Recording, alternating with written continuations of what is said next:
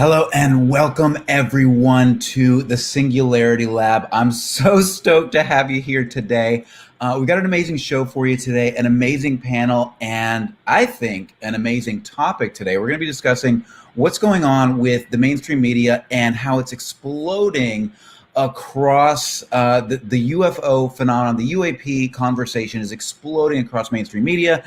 You may have seen it on Jimmy Kimmel. You may have seen it on The View. You may have seen Barack Obama talking about it. We are literally tracking this conversation across the media, and it's been incredible. So we've got an amazing panel for you today. I just want to go ahead and ask you guys, while you're here, make sure you hit the subscribe button, click the like button. Help us get this show out there. Share it on Twitter, share it live. We want to make sure we're getting as many folks in front of this conversation as we can.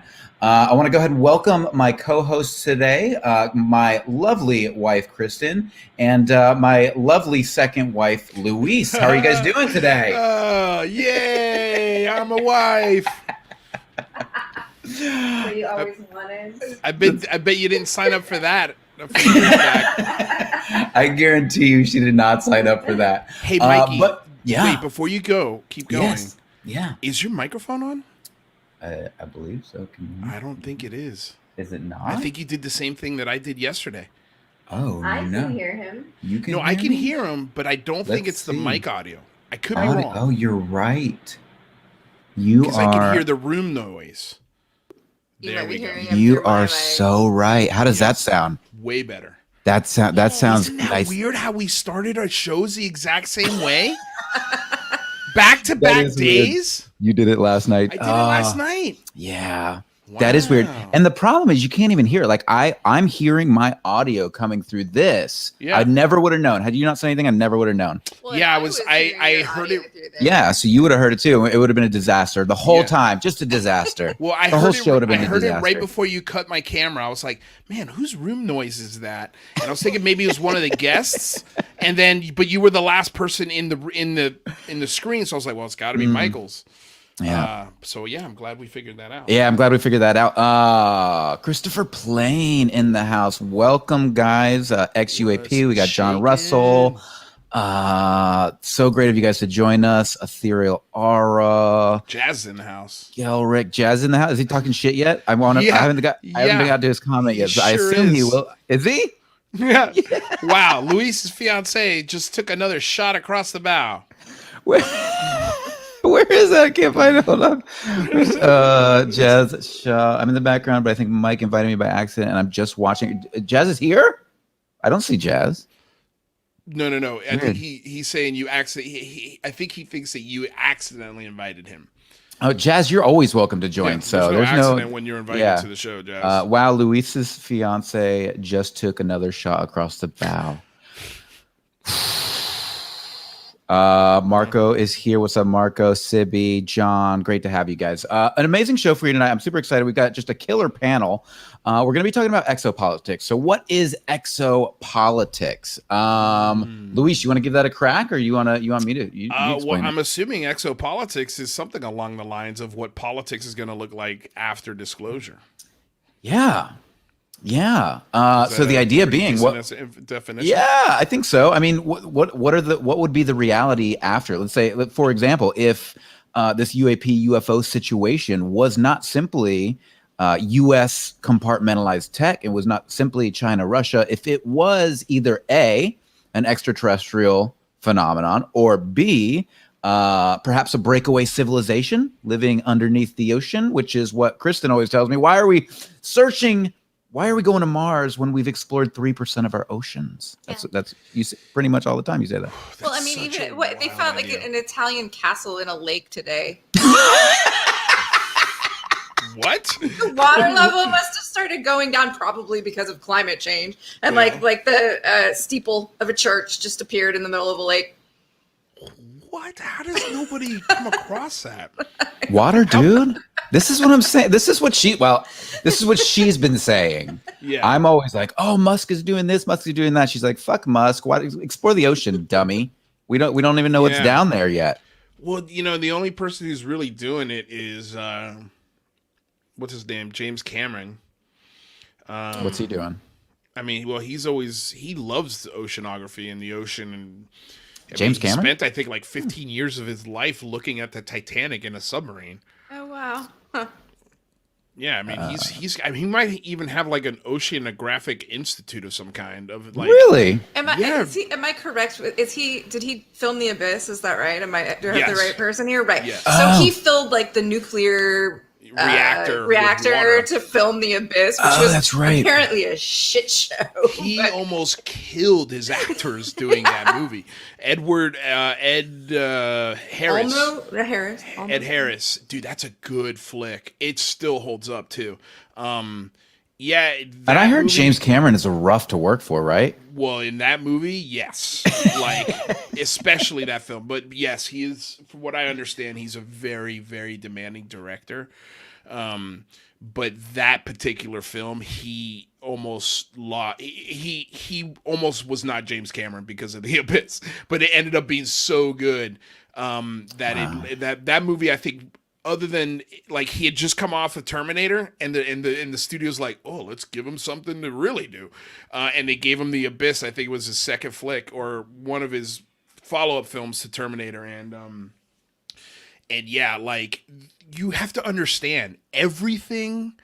I think 60% of that film is filmed underwater. Like it's not CGI, it's actual pressurized water. And so you have to think about if you've ever seen a set, you've got the director of photography, you've got lighting, you've got extras, you've got, the guy who does the clapping slate, like all of that stuff had to be figured out for the first time ever. And it took him like 2 years to make this movie. And like, I think he went through like, I could be wrong on this, but I think he went through multiple DPs, director of photographies, who just were like, I'm not doing this. This is I remember so crazy. I was listening to a story from one of the female actors who was in it, and I can't remember which one, but it's probably she was the main talking actress. About how nasty the water was, and how, yeah. But not only that, like there was a scene where she gets slapped in the film a couple times by Ed Harris because he's trying to resuscitate her, and he actually slaps her.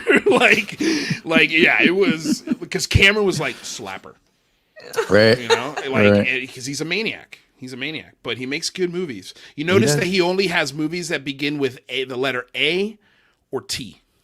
Stop. Look at his filmography. Avatar, Titanic, Terminator, The Abyss, even V.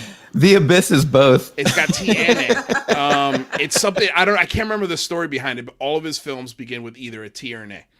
Doesn't have to do with T. XUAP has laid out the definition of exopolitics. So thank you so much, XUAP. Exopolitics is getting an alien elected to your school board. Yeah. Better than it is now. Would you elect an alien as president or treasurer? Well, obviously it depends on the species, Luis. I suppose. I just always assume that whatever species it is, that they'd be killer at math. Better at treasurer, right? Right. Yeah, exactly. or maybe justice, or because they're whatever doesn't require emotion. Yes. And I mean, I guess a president would be pretty decent for a Vulcan. We could probably use. I don't know. Do you want an emotionless president? I'm not sure. I kind of do. Yeah. I could probably use one at this point. Yeah. See, we're right on the edge there, getting into politics again. Oh yeah, that's right. So we're trying to figure out how to talk about exopolitics. So the idea of what the world would look like, what would our institutions look like, what would the government look like, what would the corporations look like? How does this change our economics? How does it change our politics?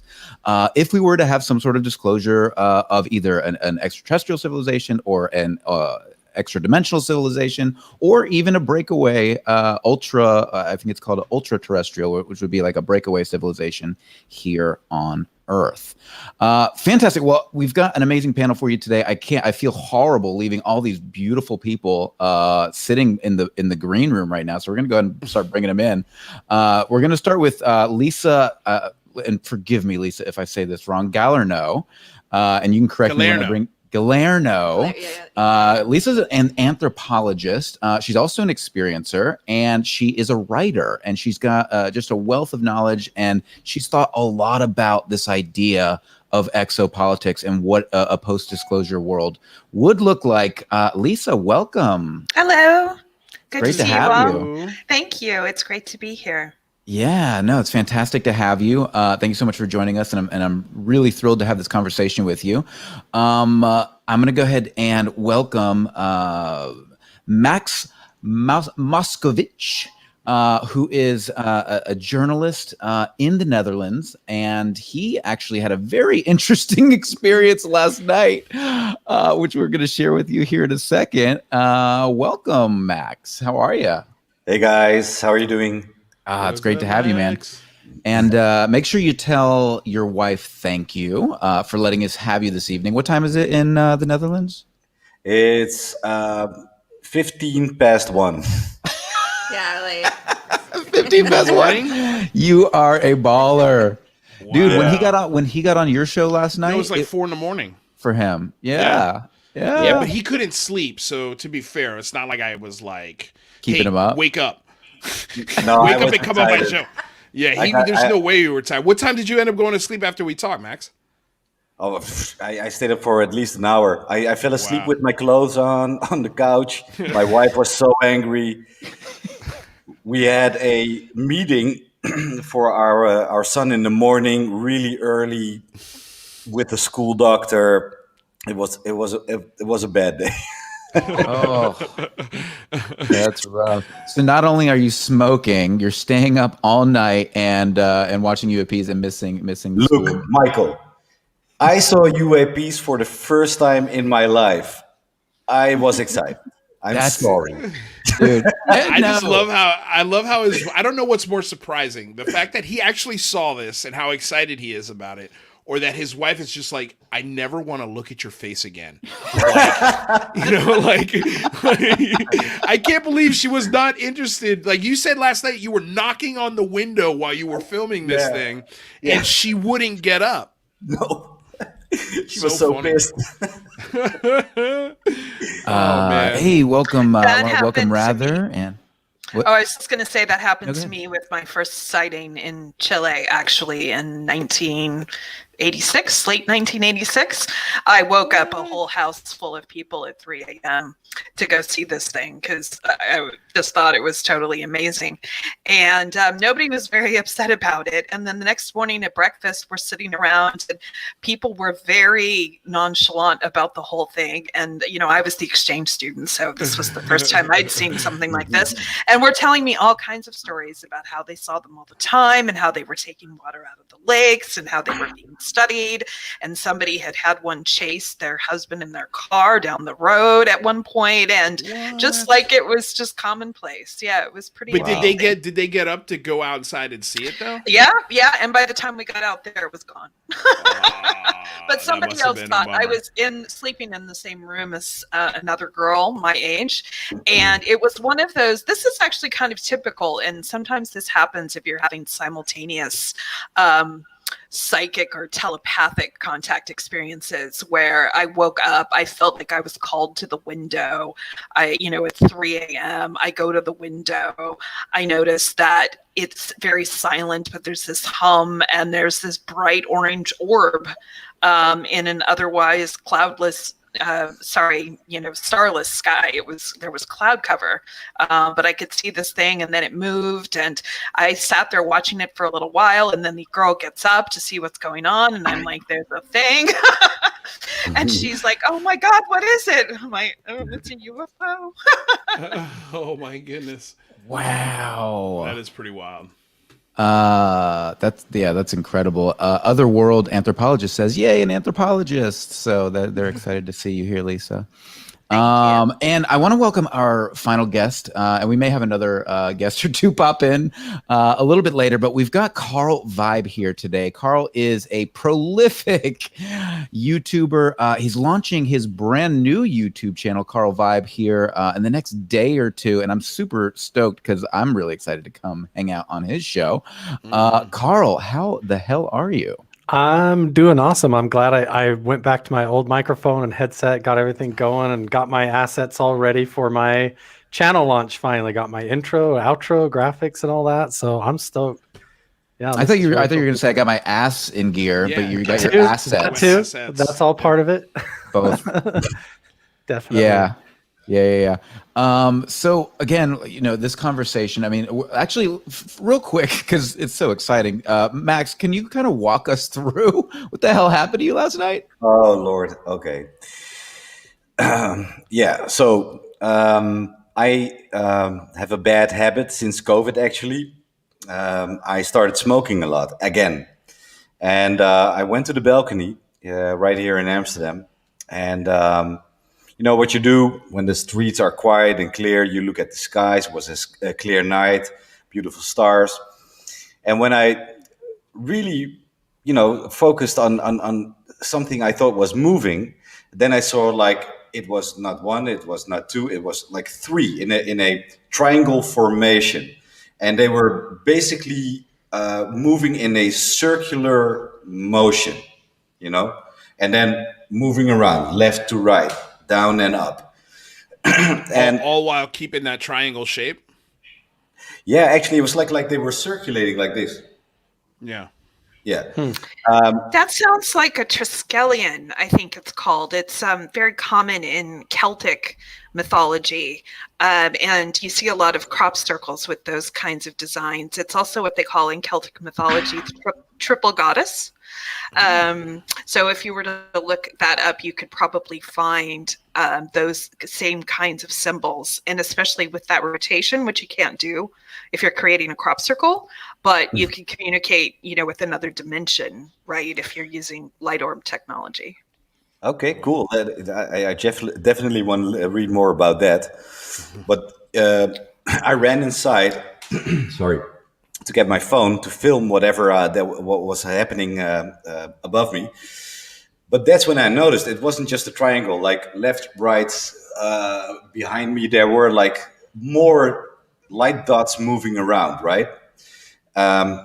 So I tried to focus with my phone on the triangle formation because that was for me most visible from my balcony. And I saw it was very hard to get a clear sight because the only thing you really saw was a star, Vega, I think. But then at some point there was a big flash, one shut down, and that one I got on camera, very, very, very, very clear. I immediately sent it to Lewis. I was out of my mind, and it was so bad that Lewis said, "You have to come on to the podcast." And because my whole family was sleeping, I crept into my car outside to actually talk to Lewis. And that night, more things I saw. I saw also like I think a dozen of dots going in a straight direction, but I think that might have been Starlink. Okay. Okay, so you saw Vega, and then you looked up, and then you saw something that was clearly not a star, and you saw that move across the star, and then it kind of dipped down. Like, how did that? Is that right? So I'll share the screen here, and we'll watch it too as you're describing it. Yeah. So you see, I saw like multiple, right? But my camera just found. Sorry about that. Oh, let's watch the footage. Can you guys see my screen? Mm-hmm. Yeah. Okay, so you're on your balcony. You look down. That's you. Then we're looking up. Okay, so we see. That's a star. That's a star. That's Vega. Okay. It's so interesting that they seem to appear in these sacred geometry look shapes. at that. There you go. There you There go. it is. Yeah. Yep. Yeah. There you What go. the fuck was that? Yeah. Okay, let's do that again real quick. And then did you see multiple of these or you saw one of these? Wow.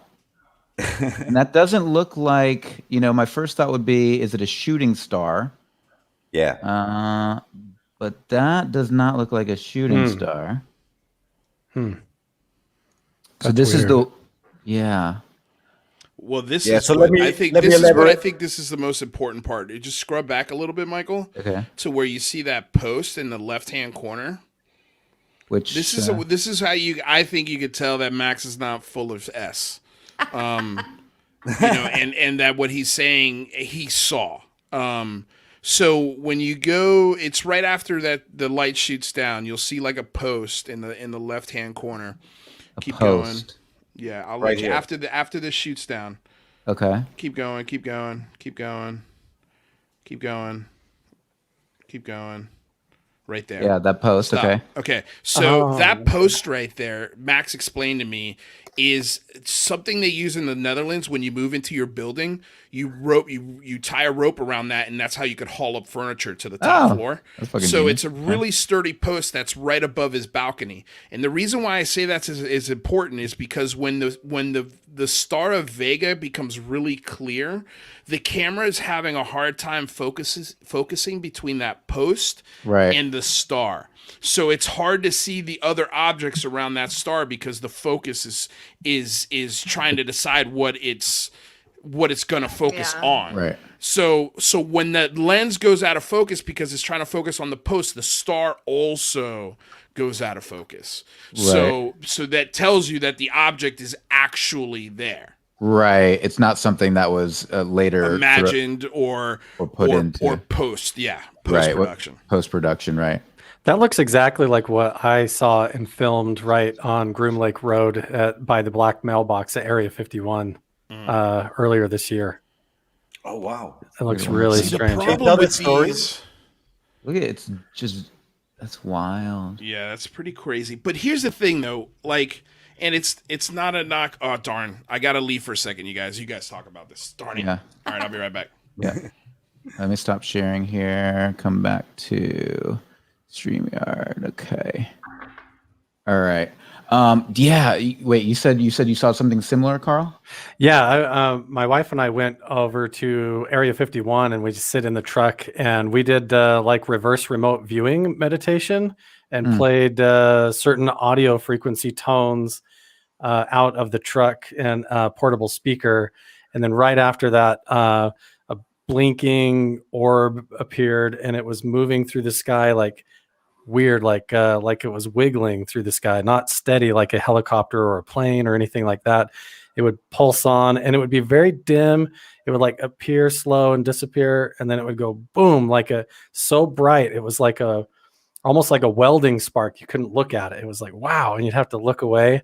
And then it was moving in kind of a straight line, but it would go forward and kind of back and forward. And it was like it was wiggling through the sky, but that orb shape, it would look like a balloon, but it was definitely not glowing and acting like a balloon at all. Really? It's very interesting. Yeah. That's wild. And what was in your sighting, Lisa? What was yours like? Oh gosh, I've had so many. I just so you know, I had a major sighting when I was 6 or 7 years old. There were a whole bunch of strange things going on, sort of ghostly energy forms and things like this. But I woke up in the middle of the night one night and there were two glow-in-the-dark people standing there. Shut up. Yeah, the room was totally black and I was somewhere between 6 and 7. I was in bed with my mother, actually, and it was very strange because my first reaction, of course, is why are there people here? Right. I don't know these people. And the room is dark, but I can see them, like the room, Yeah. you know, as if the room were light because they were lit up from the inside. So they were, you know, probably angelic beings. I remember them. It was a male and female dressed in kind of old-timey outfits. A lot of people would probably have just said they were ghosts. But to me, they looked like people. And I remember I didn't get any telepathic communication or anything. They were just looking at me. And I remember thinking at one point, why are these people standing there and why are they looking at me? Why aren't they saying anything? Wow. So I poke my mother, who's asleep, and I tell her there are these people standing at the end of the bed. And she doesn't even look. She's just, oh, they're your guardian angels. Go to sleep kind of thing. And I fell asleep with them standing there. And Wow. that was all that happened. So that was the first kind of major thing that happened. And then when I was 15, I had an out-of-body experience where I was pulled out of my body up to the ceiling kind of thing. Ended up on some sort of alien world, in an alien building with a whole bunch of alien people who were saying things to me like, it's good to see you, we've been worried about you, kind of thing, which went on for, a handful of minutes, and then boom, I'm back in my body. Now, at the time, I was being abused by an abusive parent, and there were things going on. So apparently it was a contact experience to let me know that I have a team and that I'm cared about. And apparently I was known in previous lives. I had a previous life on Earth, apparently. I was born around 1900. I lived in the 1960s. I lived in the UK. I was a suffragist and activist, and involved with the resistance during World War II. So I, find out these various things at this point, I'm told, because I'm in a chat room / conference call at this point 24/7, but that's only been for the last 10 years or so. So I'm 51 now. So I had quite a few years where strange things weren't happening and I was living a normal life. But I have been a spiritual seeker my whole life. And I went to UC Berkeley. I did psychedelic drugs. There were things that happened with psychedelic drugs. This is a very common pattern. I went to Christian schools as a child, but I sort of rejected religion. But I studied all the religions and spiritual traditions. As a young anthropologist, I got a lot of philosophy of religion and learned a lot about the goddess traditions. And so I've just been very interested in all of these topics. Right. But, it's stuff you don't talk about at work. So for the most part, I wasn't talking about it at work. But my experience really accelerated round about 2008 in meditation. And I started having epic vision quests. Sometimes they lasted for hours.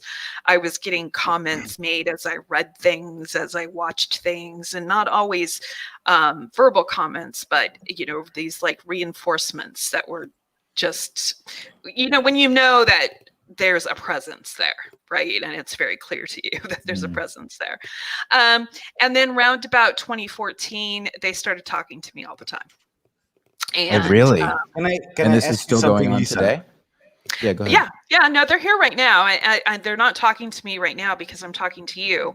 But there are little comments that are made, and they're usually 2 or sometimes 3 of them at a time. And they're there when I wake up in the middle of the night. I have PTSD, so I have nightmares. So I get a lot of emotional support, I guess you could say. I mean, they're angelic, higher realms beings. Lisa, can I ask you a question? Sure. There was a time when I had a lot of problems with my sleep. I had, how do you call this in English? I was suffering from sleep paralyzation. Oh, yeah. Paralysis. And Yeah. it would feel like a huge thing was sitting on my back. I couldn't breathe. And I felt there was a presence in the room, but I was actually sort of sleeping still and can't breathe. And I know for a fact a lot of people have that, but I was just wondering what your take is on something like that. People have a variety of experiences, and some of them aren't positive. And the reason for this is that they're often trying to figure out how much high strangeness or high weirdness someone can deal with. A lot of people are also on spiritual journeys of some sort or another. And for instance, I have Buddhist leanings. So a lot of the work that I'm doing, that spiritual work, is about increasing inner peace. It's about transcending fear. It's about transcending hate. It's about a lot of really serious topics like that. So sometimes they'll show up and do little things, right, just to get a sense. So I was getting a lot of buzzing in the back of my head at one point. This was in my mid-20s. And I wasn't sure how I felt about it. To me, it was a paranormal phenomenon. And I was, a little reticent about ghosts, and I'd seen plenty of videos about gray aliens. I've never had any experiences of gray aliens or anything, but I wasn't sure how I felt about it. So sometimes it's honestly just to figure out if you're badass enough to handle a contact experience. I know that sounds kind of lofty, but it's the way, you know, they think about it, because they don't want to invest a bunch of time in people who can't handle the fact that this is epically weird and it's gone on for a very long time, and there have been negative elements and there have been positive elements. But, you know, if they did a big study of contact experiencers a few years ago, the Dr. Edgar Mitchell Foundation, I worked on it with them, and they did research with about 5,000 experiencers, and 85% of them said that their experiences were positive and they wanted them to continue. So most people are having positive experiences, but sometimes people have challenging experiences. Yeah, it's like levels of initiation as you're kind of brought through the veil, so to speak. Sort of. I wanted to ask you too, Lisa, have you encountered like your own doppelganger or a type of version of yourself or a version of your higher self? Has that occurred with you yet? That I've run into? That's in one of your experiences, where the being sort of, or the entity sort of looked like you or appeared to reveal itself as a version of yourself somewhere else, like in a superposition or anything like that? Not exactly that. I don't get a lot of visuals of what my guides look like. They've told me this is for security reasons and various other reasons. So I'm not seeing them all the time, other than the ones who showed up in the bedroom when I was a kid. Right. And then a few years ago at Burning Man, I had a missing time experience, and one of my guides did show up, who, by the way, I'm sorry, my story is very weird, happens to be my now incarnated as a Pleiadian former husband from a previous life. So it's a twin flame connection. So he's on the line with me all the time too. Mm-hmm. I've had divisionary like journey experiences where I've met what I considered, where I've looked down and my hands were totally different, and I was in like almost a different place, like a form of Atlantis or ancient Egypt before Egypt. And then I've had the future self encounters where I've encountered a being that sort of looked at me and then revealed that it was like a version of myself somehow. And so I wanted to say that first of all, so you didn't feel strange or weird or alone. I've had similar experiences during deep meditation and out of body type experiences as well. And so that's actually really validating to me to hear you say all this. Oh, that's good. Yeah, no, I mean, I own it at this point. I'm standing in my truth about it. I had to jeopardize a 25-year career in the tech industry to come out about a lot of things, including my political beliefs. These last few years, and you know, I'm a human rights activist, so I'm just telling the truth, you know, the best I can, and trying to connect my experiences to the experiences of a lot of other people like you, because this is it's a pattern, and it's a pattern of contact. And the best metaphor I can really use as an anthropologist is, you know, even today we have tribes in the Amazon who haven't experienced contact with the outside world. So what would we do, right? Our humanitarian groups or whoever, what would we do if those tribes were in trouble and needed help and we needed to get to them somehow? Well, we would spend a long time, right, trying to desensitize them to the idea that there's a much larger world out there. We would try to make contact with certain individuals who might be willing to, you know, have a conversation. And we might do that over a very long period of time. And then what happens? Well, then all those people get together and start talking to each other about the individual experiences they've had, right? And then what happens? Then they have a collective experience, right? Mm-hmm. And then everybody's getting on the same page.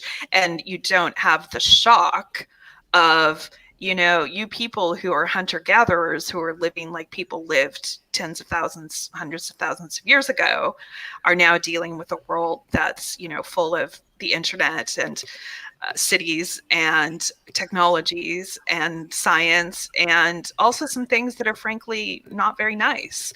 So that's where we're at right now, and that's what this process is. That's a really fascinating way to look at least. So coming from the anthropological viewpoint of how would you communicate with a society that is completely cut off from you, and what would be, the best practical way to do that? And the way would be, as you said, to, attempt to speak to certain individuals who may have influence over the tribe, figure out ways in which that they could slowly integrate a greater world experience. So it's truly fascinating, and I applaud you for your honesty and being able to speak about things that are very difficult to talk about. I'm sure it wasn't easy for you to share those experiences.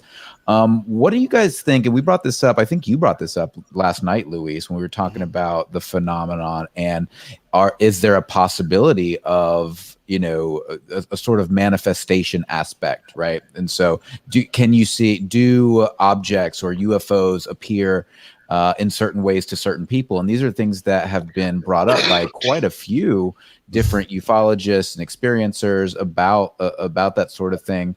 I'll kind of table that for you all. What are your thoughts on that? I mean, I do remember, I think it was Chrissy Newton was saying something along the lines of airships in the early 1800s, and how people saw airships, and when they saw the occupants of these airships, it was like they were in top hats and it's all steampunk. It's all steampunk stuff. Yeah, it's very, very steampunk, where it's like, wait, should that thing even be floating? Is that a steam engine coming out of there? Right. So I also like from Alex Dietrich's testimony on 60 Minutes compared to David Fravor's, what they both saw, and they both described it a little differently. The way she said it looks like he said it looked like a ping pong ball in a jar, in a huge jar if you shook it around. And she said it looked like a phone that if it fell out of your hand would like tumble, So right. It wouldn't shock me. And we don't know if these pictures that we've gotten either are actual UAPs or if they're drones. Like, right. But they are coming in a lot of different shapes. And from what I understand, that Batman balloon has been brought up multiple times by Lou Elizondo. I think Christopher Mellon mentioned it. And they always seem to come back to that Batman balloon. Like sometimes it might look like a balloon from a party city, it's going to reveal itself however it wants to reveal itself, and whatever form that takes. That's just one of these things we have to start thinking about, especially when it comes to the eyewitness testimony aspect of things. Well, they're upping the ante is what's happening, so we've had decades of all sorts of things that we've been seeing, that we had the Foo Fighters during World War II, for instance, right, who were there guiding those craft and inspiring those people to keep fighting that epic battle that thankfully, we won at this point. But now, we're on the brink of World War III, or you could arguably say we've been in World War III since 9/11, essentially. And that's just escalating. And a lot of the problems we're dealing with as well are religious problems and tribalism and what I call the God's questions, right? And people relying on 2,000-year-old books and saying this land belongs to us because 2,000 years ago it was written in this book, just isn't a valid exopolitical stance. I think if you're taking cues from, I was gonna say, I think if you're taking cues from a book written in the Bronze Age, you can't. Yeah. It's not a tomato salad. You can't just pick what you want from it and use that in your life. You either use all of it or ditch it. Yeah, there's a book by John Keel called The Eighth Tower, Ultra-Terrestrials in the Super Spectrum. And he talks about that, how the phenomenon almost seems to interface with your own subconscious and as it manifests, so that you have a way of comprehending what the hell is going on and what you're experiencing, at least at some level. And so depending on your framework going into it, or your scaffolding and what you're anticipating, sometimes it seems to manifest according to that. in a user-friendly sort of way, or not so much if that's not their intention. But it seems to consistently come through, like you were saying, in these ancient glyph symbols or certain pyramid shapes, or when it's a craft in the sky that's sort of like a plasma form type of craft, almost shape-shifting into sacred geometric symbols. And you find that like in ancient Buddhism, and even the Dalai Lama now, they do these large-scale Kala Chakra initiations where they do this like multiple day meditation, and they do this whole symbolic glyph made out of sand that has to do with the my camera's all out of focus, with the North Star and a bunch of stuff like that. There we go. And there's a high rate of the phenomenon appearing within like a few days after they do this initiation ceremony in Tibet. There's like a whole rash of UAP sightings and strange phenomenon that appear that has to do with these Big Dipper Wheel of Time initiation meditations that they do, that has to do with that sacred geometry. It's really fascinating. Well, they want people to know that they're listening to meditators and to people who are praying.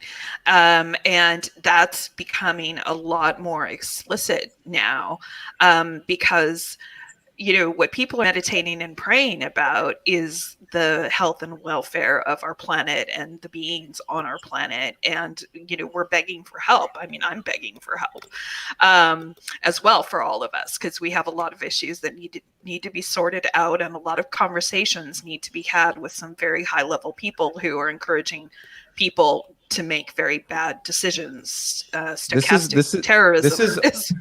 This is always the cynical argument is that, well, if these beings truly wanted to help and they were here to help, they would be appearing to themselves and to people in power. But I think alternatively, one would have to imagine that people in power might not be very receptive to anything that does not push them in a direction that would actually serve to limit their power. Because, and I think to your point, we're in a very interesting place in our world where we have very clear and concrete evidence that the pollution that we create, the carbon footprint that we emit, is having very negative consequences to our existential existence. So we've got to make some changes, not to mention population explosion, resource management, all of these different key issues, including political polarization.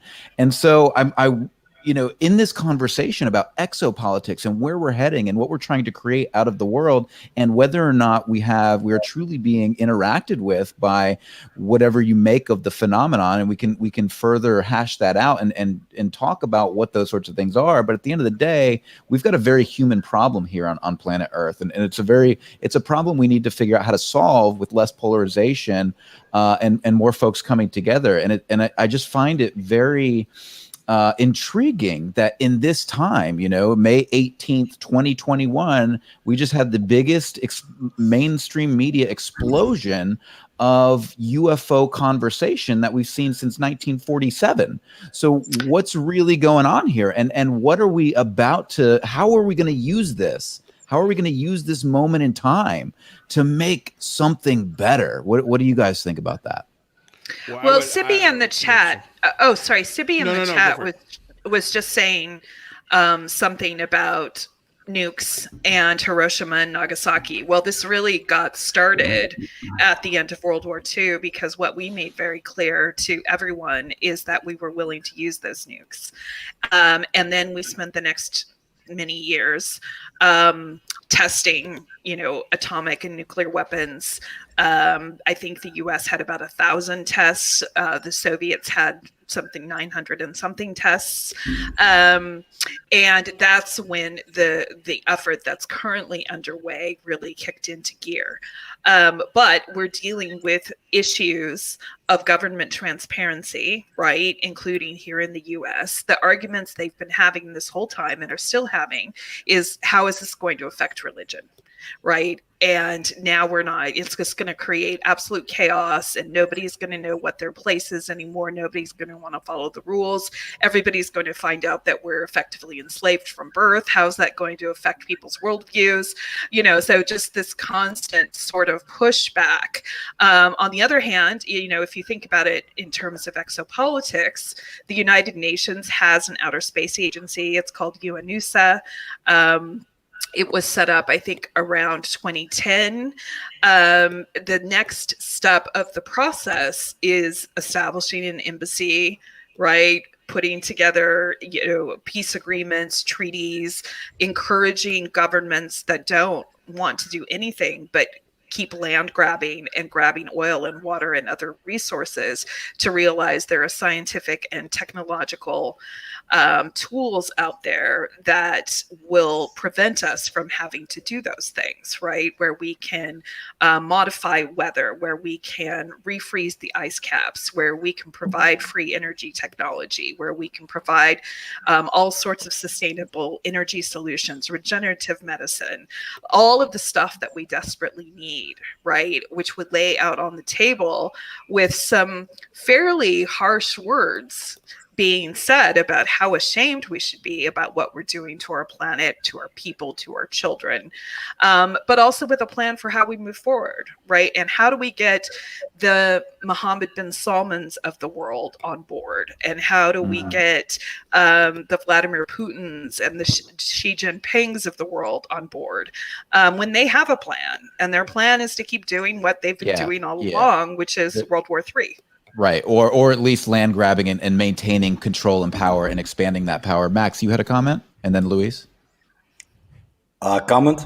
Oh, I'm sorry. I thought you said you had something to say on that last. Yeah, that was on the last the other topic. I was thinking about what Luis Elizondo was saying about the behavior of the UAPs, maneuverments and movements, and.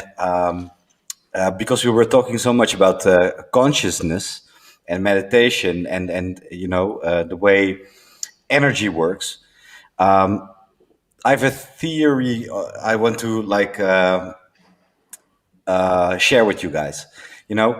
Please do. Maybe you've had the flying dream, right? Sure, it's my favorite. I've had since I was a kid. I would have dreams of just like slowly raising up. I just posted an actual 45-minute audio meditation to kind of induce that for people who've never done it before on a meditation channel. Yeah, it's legit. Yeah.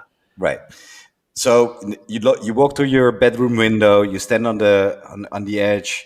You just fall over and get carried away. But then you are in full control. You can maneuver any way you want, the speed you want. You can flash from Amsterdam to New York in a split second. When I talked to Mr. Elizondo about the behavior of UAPs, it felt to me, the propulsion system things aside, these things use gravity, but they also, to me, use consciousness to maneuver around, right? To appear, disappear. Now, Lisa, hearing you, I'm of Jewish descent, and we have Kabbalah, and we have the tree of life, right? Yeah. So this is a very important facet to our culture, is that energy and nature is incredibly important. But the energy is not always what you can see, because if you take the tree, whatever's underground, you cannot see, but it's holding up what's above ground. And sometimes I feel what we are experiencing right now is what we are not seeing underground, but what is keeping us in balance, and we are starting to learn. Yeah, that's a really interesting concept, because this idea of there being sort of a substrate, right? Like everything grows out of a sort of a substrate underneath the ground when you think of the environment, but what is the sort of quantum version of that? And I think this idea of, the tree of life is a way for us to metaphorically understand what's happening in the quantum world. Right? Yeah. And the Kabbalah, kind of the predecessor to some of that, came out of the Hermetic practices in Egypt, where they were trying to develop the Ka body and the Ba body, which was how they were trying to basically live forever. And it was like a out-of-body travel remote viewing method that they were doing in the ancient Egyptian pyramids. And a lot of triangles over there. A lot of triangles and pyramid shapes over there, and a lot of strange mythology about that. But I definitely think it's connected. I've studied the Kabbalah a lot in my meditations with that. It's very interesting. Well, Luis, speaking of, sorry, go ahead, Lisa. Lou, I guess I don't mean to keep interrupting you. Please. No, Lisa, go. You're our guest. Maybe finish my point about Kabbalah. Guys, I think everybody has seen the film Avatar, right? Mm-hmm. Sorry to bring that up. Hi. James Cameron, go ahead. But that is, but that is like dead on Kabbalah. The tree that's holy for them. that is Kabbalah, actually.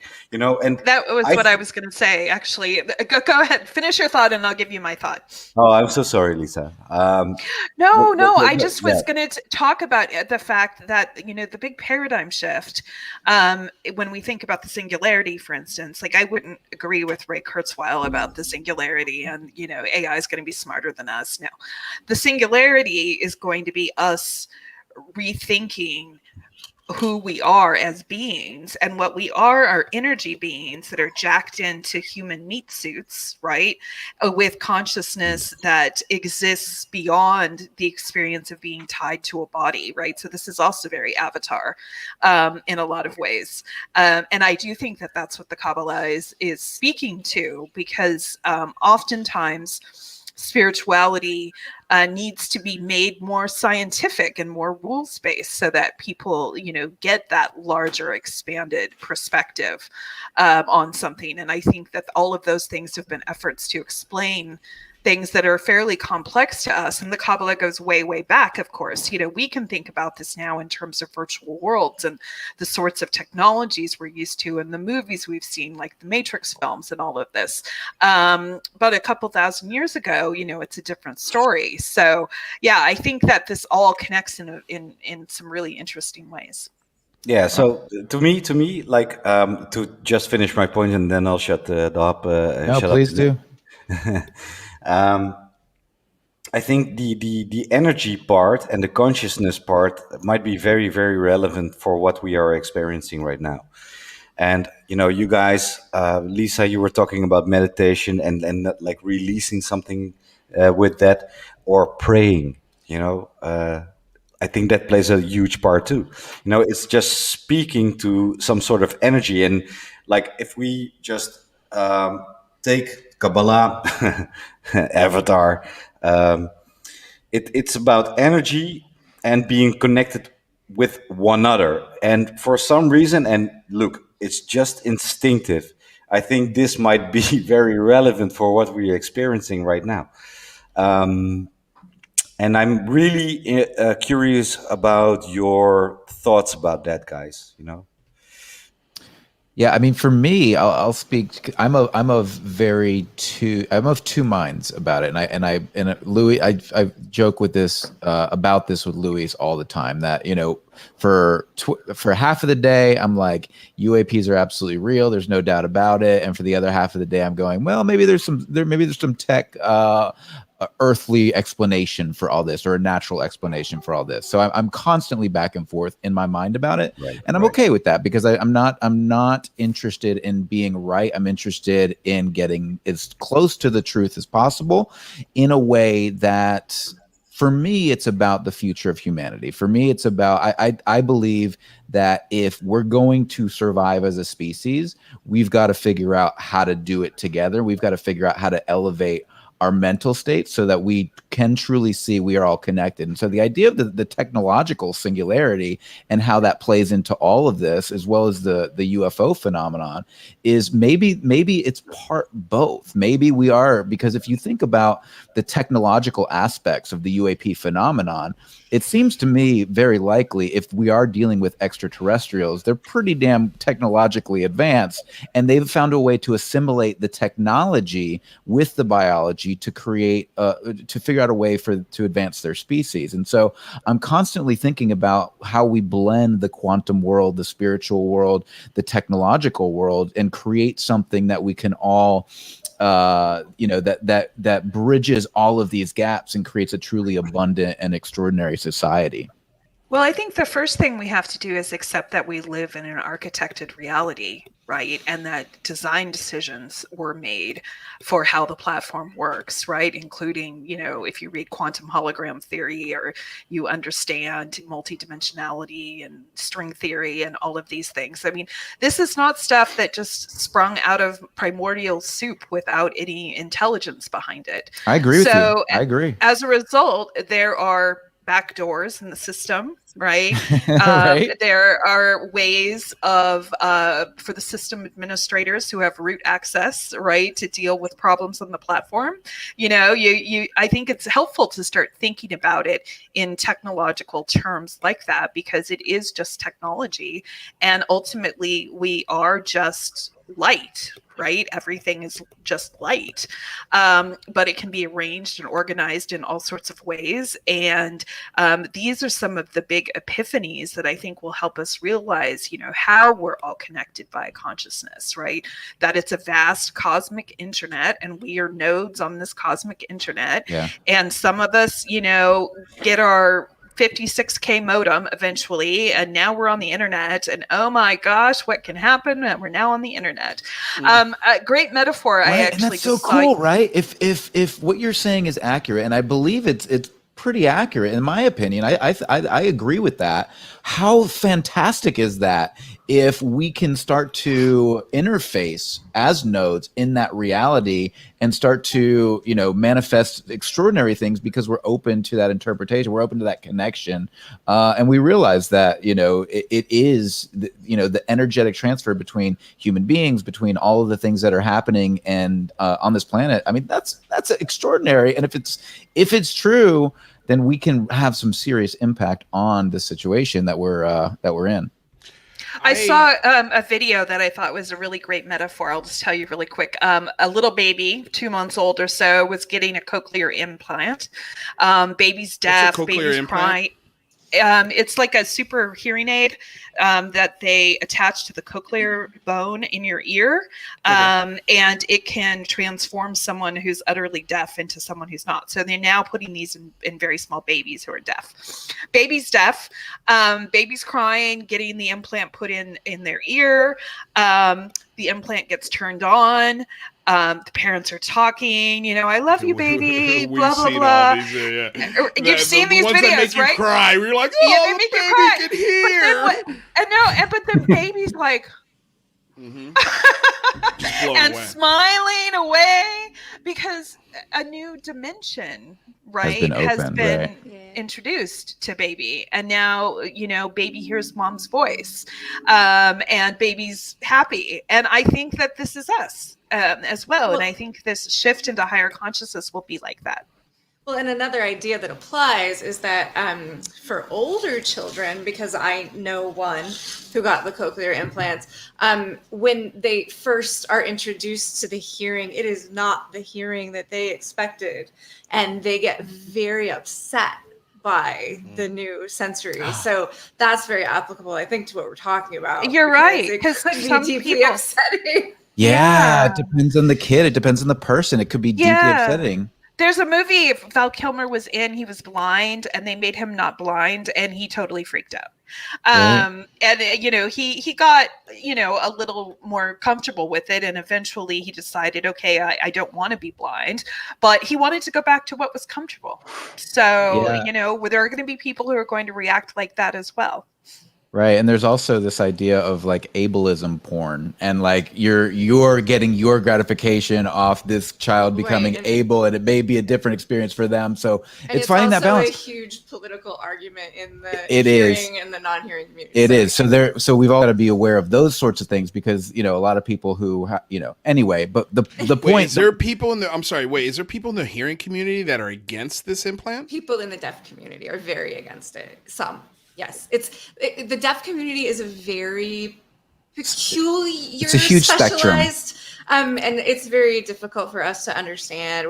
Like, for example, because of this, sign language is being threatened to a degree of getting lost as a language. So it's a very complex. Yeah, because there's two schools of thought in that community. One is you should be able to you should only focus on lip reading, and the other is sign. And so there's different factions within the non-hearing community that yeah. So I can't believe the non-hearing community has factions. It's Yes. Oh, yeah. complicated. That's it's like in Yes. schools they don't want hearing in their administration, and so it's very interesting. Why would you? I mean, I think losing sign language would be a good thing.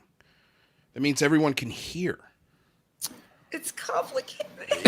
I mean, It's really that's just my complicated. first reaction to it. I'm speaking from complete naivete, right. but I feel like for me, I'm like, so what? Like, who cares if we lose sign? If we lose sign language and Braille, that means that we've fixed it. Like, we fixed it. And sure, that might be a rough slap or cold, splash of water in the face, but get a towel, dry off. Right, Or but we the question keep them. is, We keep them, but it is good to have the option to expand your sensory capabilities.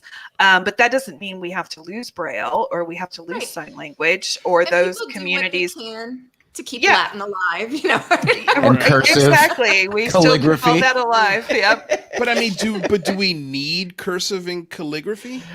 we don't need them. That's no. what I'm saying. Like, I mean, right now we need the sign were just- language and lip reading.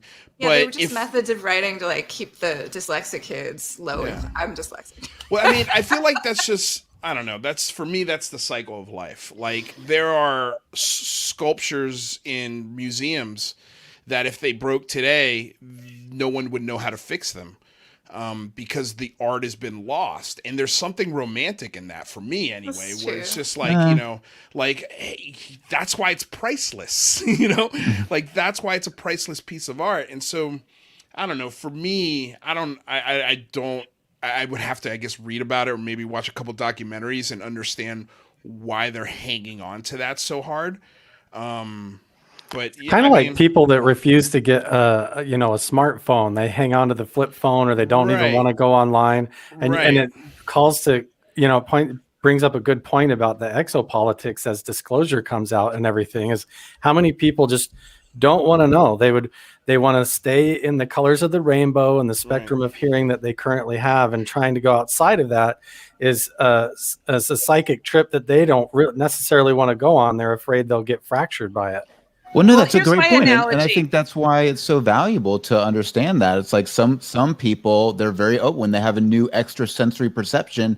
They're incredibly open to it and excited. I Right. mean, you think about things like psychedelics, right? People take psychedelics. Some people have a horrible experience. Some people have the most extraordinary experience, and it's a matter of where your mental state is when you're in that position. So I can imagine somebody seeing the phenomenon or seeing a different phenomenon that the same exact thing can be true for those people based on where they're coming from.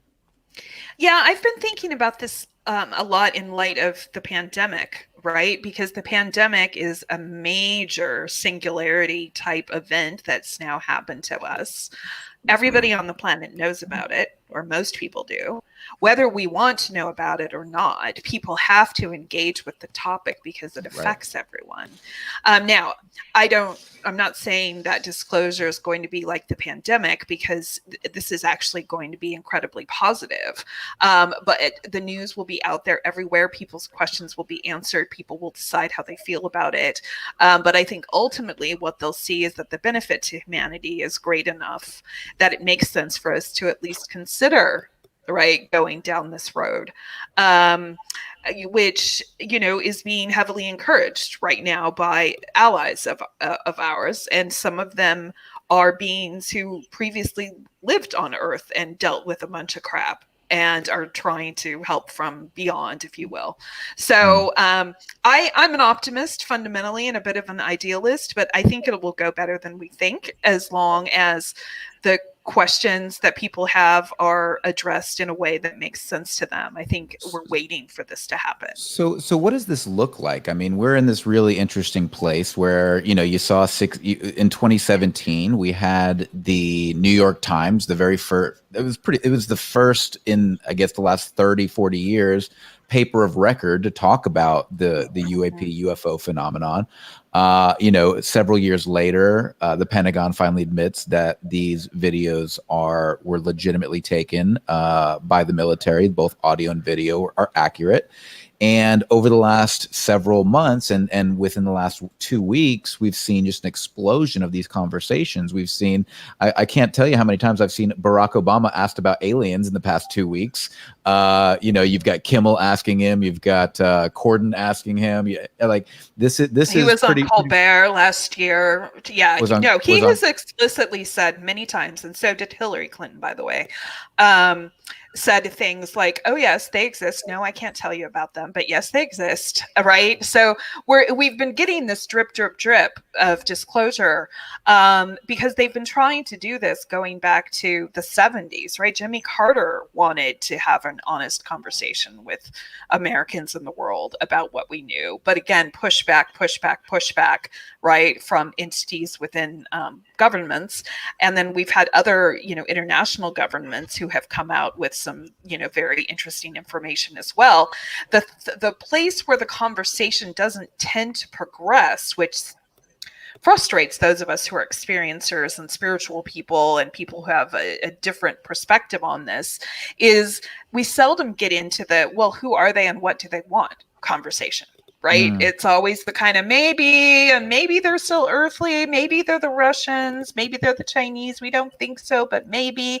But we're hearing more and more of that conversation shift. And I'm in contact with a lot of the people who are high-level activists in the disclosure movement and exopolitics people. And I will tell you that a lot of those people know the truth. They just haven't synchronized with all of the other elements within government, et cetera, who now have to agree, okay, what do we tell people? Is it time to tell them, right?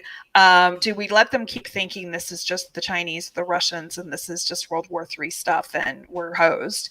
Or do we finally have the difficult conversation about what they've all known this whole time that they haven't like parents been having prepared the to sex talk with their kids? Don't you doubt that it's will like ever the sex get talk. to that point? Like, they're always trying to think of what to say to the masses to get the result from us that they want. Right. Like, they have no idea. They have no intention of ever telling anybody the truth. I mean, you see what the CDC is doing right now. They're just like saying random things here and there to see what they can get people to do. Right. This is interesting. Will writes, I feel we should all focus more on the message allegedly given in the Rendlesham Forest event. They may be us in the future watching and interacting with their own ancestors. This is one of the hypotheses that I find most compelling and interesting. I like this one a lot. That's a huge point there. I like this one a lot too. And the reason why is because, I mean, I don't know if I'm an optimist or a pessimist. I think I'm more of I don't know what I am, but because I flip-flop between both all the time. But when you say prayer, I think of, for the last 40, 50 years especially, in our political structure, prayer has been a thing. It's like something that led political bills to be written. Like it's a Christian political nation. Yes. And none of these people are getting contacted by these entities on that kind of spiritual level, which makes me go, well, why not? If they're praying every night and they're these, hardcore, Christian prayers that genuinely Hardcore like Christian prayers. like I remember going to church as a kid and really concentrating on praying. Right. Focusing on praying. And and lately I've been getting back into it, but I've never been contacted on that kind of level, and I consider myself pretty open-minded and open to take a message like that. But as I look at society, I mean, I try to use Earth as my example for everything. On Earth, there are people that lead with light and love, and then there's a segment of Earth that does not. And I think that it's the reason why I like this theory the most is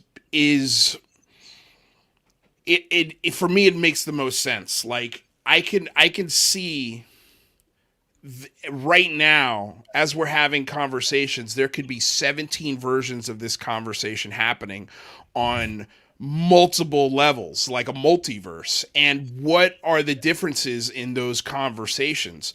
Maybe one, all of us are anti, this message, and maybe in one I have Lisa's perspective and she's got mine and Max has got, there are so many different possibilities.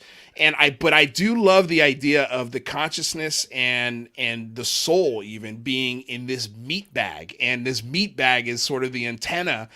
And once the meat bag is done, it just pops out of the antenna and goes somewhere. And I think, because especially for me, when we're talking about inspiration, inspiration not being an original thought, inspiration being something that's given to you, especially when we talk about Galileo and Einstein and all of these brilliant inventors and minds that we've had, none of them were ever they dream these things, right? Yeah. It's given to them. So I love the idea of Albert Einstein coming back to Albert Einstein and popping that idea in his head, because Albert Einstein 4 billion years in the future could see, I need to throw in this E equals MC squared into my brain 8 million years here so we could get to this point, and it's that I 5D think, chess. Yeah. Can I tell a story? That's what. yeah, Go dude, ahead. I think that's I love that theory, because it also gives room for the not nice part of this entity to also exist, and that there's no control. And why they haven't wiped us out? If they are, well, it also if they are us, that it would also explain explains why, what Michael said earlier. Why aren't they, tapping into everyone's brain and saying at the exact same time, hey, you guys are effing this up.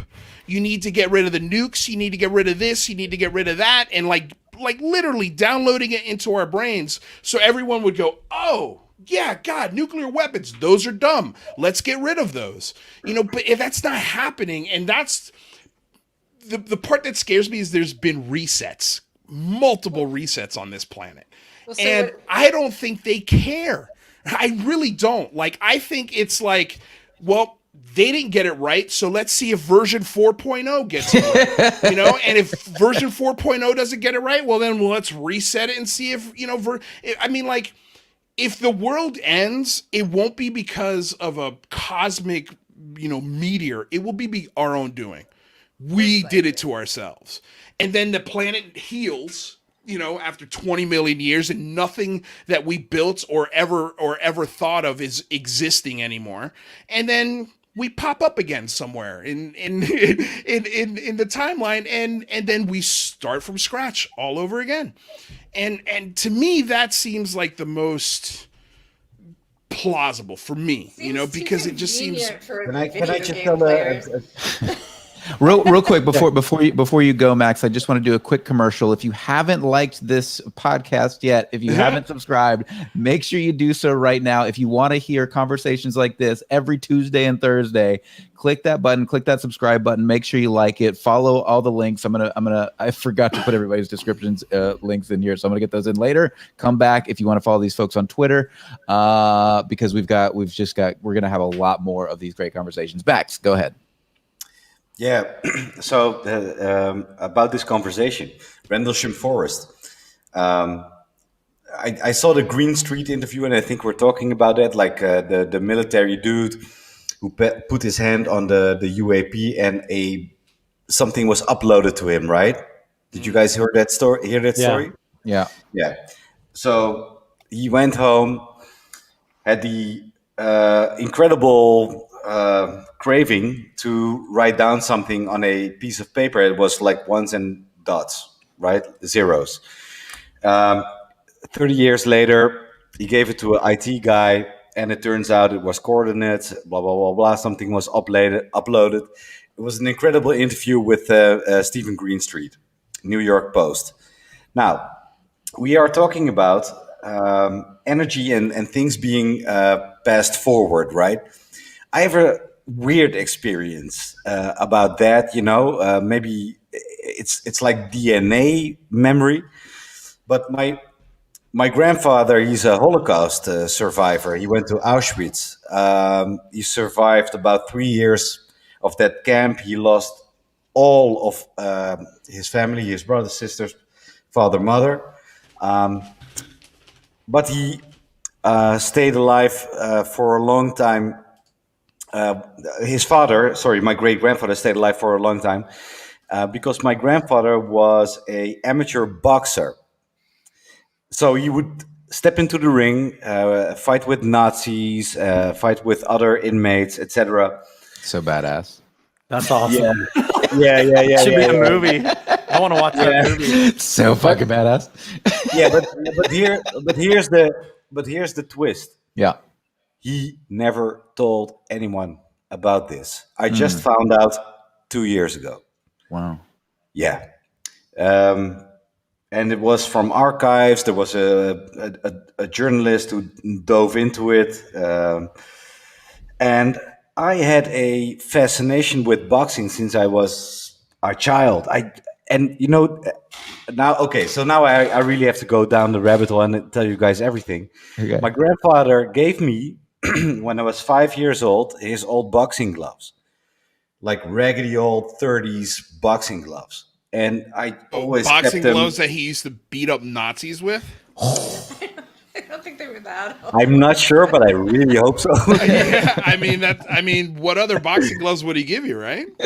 Yeah, Pretty cool. but they were. That's cool. I still have them, and I would hang them above my bedroom door at home. With the laces, and mind you, just 2 years ago, I know this story, and I moved from the south of Holland to the north, and I had a really bad accent. You can compare it with like a Louisiana accent or something, or whatever. and I came into a school with kids who would really laugh about my accent. And I was kicked out of a lot of schools in the south of Holland, and I couldn't afford to get kicked out of the school in the north, so I wasn't supposed to get in any fights. But there was this kid who was really, bullying me. Yeah. And I remember feeling very frustrated about that. And I remember lying in my bed and not knowing what to do. And these boxing gloves are right above my bedroom door. And I think I'm reading a comic, and out of nothing, the boxing gloves go bam, like this. Like someone slapped him, like that was like a message, Like, here's your answer. This is your solution. Yeah. No, a Learn how lot to of these fight. But let me finish my story. My Okay. story. So to talk about, giving a code or something is passed through you, something is speaking to you. By the way, this is my only and one really paranormal experience. But this, that was the message. You stand up for yourself, kick his ass. And what happened like 30 years later, I find out my grandfather survived by boxing in the death camps. Yeah. This happens. This is what I'm trying to want to explain, Yeah. is that a lot of these contact experiences people are having are multi-generational, right? Or related to previous lives. So what this means, right, is that you've been observed, right, by beings. You could call them angels, you can call them what you like, whatever makes sense to you and your spiritual tradition, I who don't have know. knowledge of you and your family, right? And will do things like this to help wake you up, because that was a badass person, right? Whose legacy you need to know about and you need to continue. It's a way of encouraging you to rise up. What's that? I would like to think it was my great grandfather, but Definitely. Well, it might not have been him himself, but it could have been angelic beings who were with him and then now are with you, which is also how it works, because some of these beings have been working on this project for decades or even 100 years or more. But that was a clear message. Yeah. That's pretty clear. And I have something to say about that, and going back a little bit to what Luis was saying about the about prayer and why don't they just communicate this way to everybody. And I would say that, like, I discovered, I grew up very Orthodox Mormon religious, and where you're very specifically taught how to pray and how to say everything in the right order and all of that stuff. And I've learned that that's a lot different than deep meditation or transcendental meditation, wherein, like, when you're praying, there's a lot of conversation going on where you're talking within your own self and in your own mind. And that would be like being the radio host on the radio, and you're sending out a lot of signals, But then in meditation, it's sort of like you turn the dial into a receiver and you become just open like a receptacle and become the antenna. And then you sort of realize that when it comes to, like, there was a comment about from Otherworld anthropologists in the comments that popped up about time being an illusion and not really being real. And in those moments, you sort of realize that all you can ever do about the past is think about it from where you're sitting right now. And all you can ever do about the future is think about it from where you sit right now. And when you sit right where you're at and open up that receiver and quit with that monkey mind and that conversation and just open and become like the space in between your thoughts, that gap, then suddenly you realize that your perceptions can pick up these messages or receive a download. And a lot of times it comes in all at once, like a visionary experience or literally like a download where you're just like, whoa, epiphany. Well, like, can I wow. speak to that? Yeah. So I don't meditate. You should. I know I should, but I don't. The closest thing I do is probably, when I go to bed now, I try, like I said, I'm trying to get back into the prayer. So that's my form of meditation. Sure. But I know what you're saying by being in your head with your own thoughts, and you're kind of just playing a radio station. You're the DJ of a radio show that only goes to one person, And let me tell you something. In the last month, and Michael can attest to this, and so can my girlfriend, there was about a period of 3 days where everything that primarily what I'm doing with my channel and what happened with the big phone home and meeting you guys and being put on this path that I never expected to be on.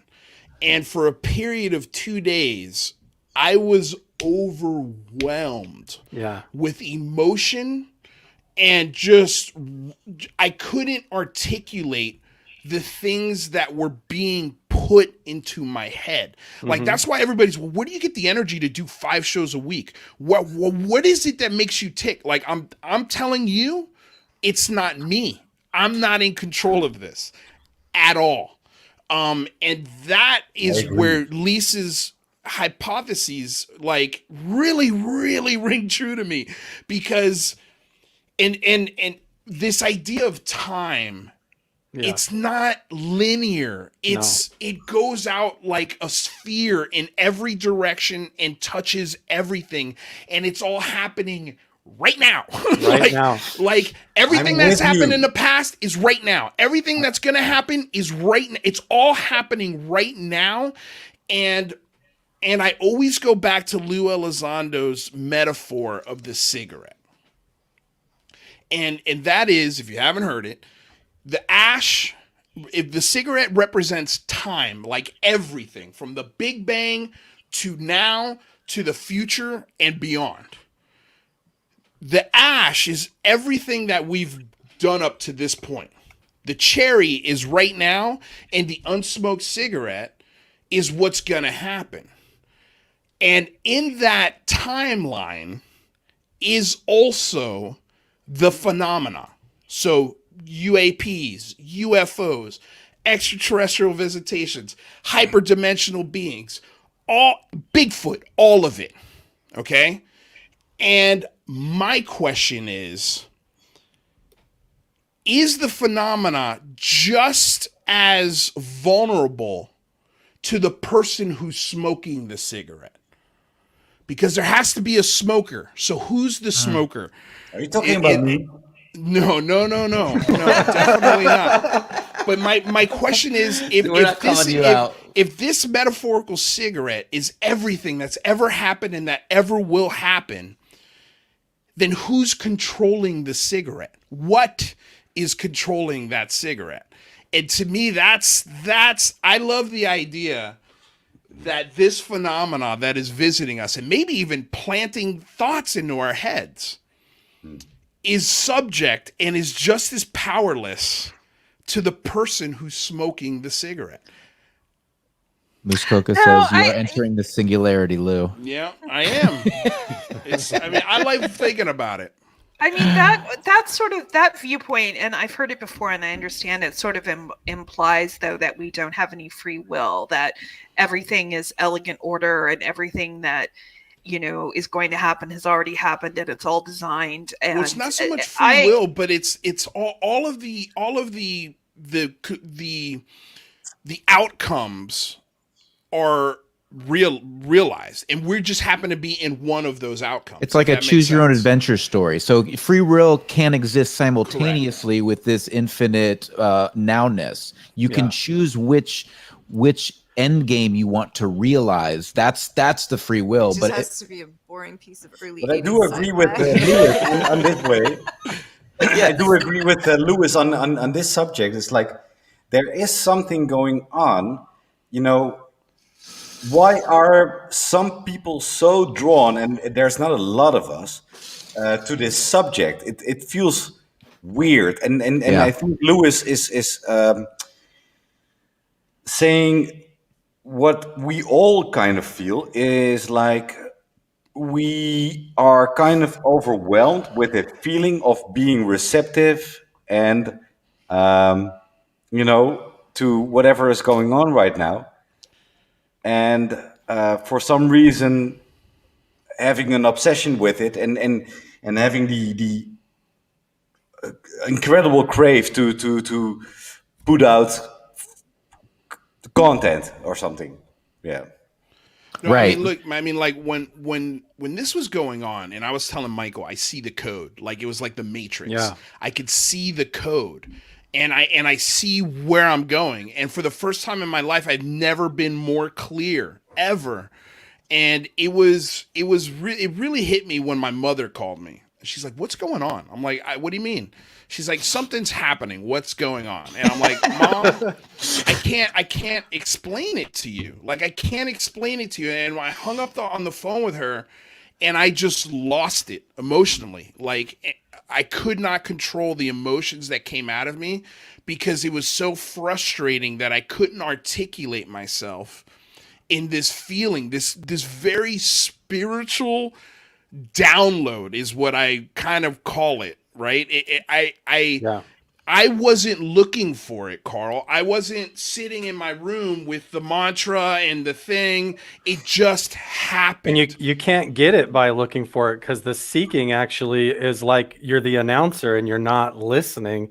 And going Right. back to the cigarette analogy, kind of if you take it one step further, instead of, because we want to think in metaphors that are in our third dimensional physical reality, but when you think of it more like if you're playing Grand Theft Auto or Skyrim or something like that, you feel like an individual character moving around in a user interface of a whole world with free will and decisions. But ultimately, it's part of just a unified field of energy sitting on like a solid state drive that something else, the computer, can actually scan all the way to the beginning or the end in every single bit of the code. But you as the character feel like an individual within the code in that graphical user interface. And that's kind of what comes back to this theory of being in the matrix or a simulation, where you get like in a dream. This is another way of looking at it. When you're dreaming at night and you look across the room and you say, or across the road and you say, oh, there's a car over there. When you stop and think about it in the dream, what is the car actually made of, and where is it actually? It's really made of consciousness, and it's really you exploring a user interface that feels like you're within a realm that's not actual. It's illusory. Right. And to expand on that point, I think this is incredibly important too, because each of us, all six of us in this little squares, and all of our listeners and all of everybody watching are in the same scenario, because even though we all have different perceptions of the game, of the reality game that we're playing, you know, I may have my version, Lisa has hers, Carl has his, Luis has his, Kristen has hers, Max has his. Even though we are all playing it from our own perspective and we have an idea, we all see a little bit of the code, right? Because we're in the game, doesn't make mine right and yours less right. It just means we're looking at it from a different perspective. And I think that's where, sorry, go ahead. Different fractaled mirrors in the same kaleidoscope. You're all it's all a unified nested consciousness, but each mirror is aligned slightly different and gives a kaleidoscope of experience. But for one millisecond, that kaleidoscope becomes its most clear, and that is this moment right here. Right. Which is cool. Like, I dig that, man. I dig that. Like, and that's, I don't think any of these theories are wrong or crazy. I love exploring this because this aspect of it for me is very new. I mean, someone who's had his own experience, someone who's seen a UFO, but I still have a very analytical mind, and it's very difficult for me sometimes to go to these places because I'm like, oh man, I just don't know. That sounds wild. But then I sit here and for 2 days I'm getting I'm getting down, like I am a computer that someone just plugged into me, and now all of a sudden I've got all of this information that I never ever wanted, number one, and number two, well, I wouldn't say I didn't want it because it's opened a path like that. Dude, the first 40 years of my life have been as an actor and a person trying to figure out his place in the world. And for some reason, in the last 2 months, it's like, oh, I know what I'm doing here. I know why I'm here. I know what Luis, this is for. Yeah. I have one word for you. Lay it on me, sister. Upgrades. You're evolving, man. I mean, you've seen The Matrix, right? Right? Keanu is getting jiu-jitsu downloaded into him. Yeah. Upgrades. Yeah. No, Yeah, I and a And lot- you're I asking really for it on some level. In No, some I way, love or it. you have some There's a hunger or word, thirst there's a word for I it. would like to throw in there. Prophecy. Right. Yeah. Yeah, a lot of these experiences throughout history occur when somebody happens to take a nap on a meteorite that's magnetic or something, and then they have these out-of-body type experiences. Yeah. So it sort of hijacks their normal hardware setup, and they're able to escape that. But it's like you're having these experiences when you're finally open to it and really pondering, and in that moment of, man, I really don't know, and then you end up in a moment of receiving, and a lot of that will happen right when you're going to bed, when you kind of drop this reality and enter a more of an open, altered state of consciousness, and you become sort of an antenna or a receptacle for these experiences, especially when you're really thinking about it in your normal day to day. You're tuning your dial into this kind of thing, and then when you go into that altered state of mind, you're more receptive. And it's almost like an attractant, like hummingbird to a flower. You get on their radar. Well, hey, Lisa, I know Lisa's got to go soon, but I wanted to run this last thing by her.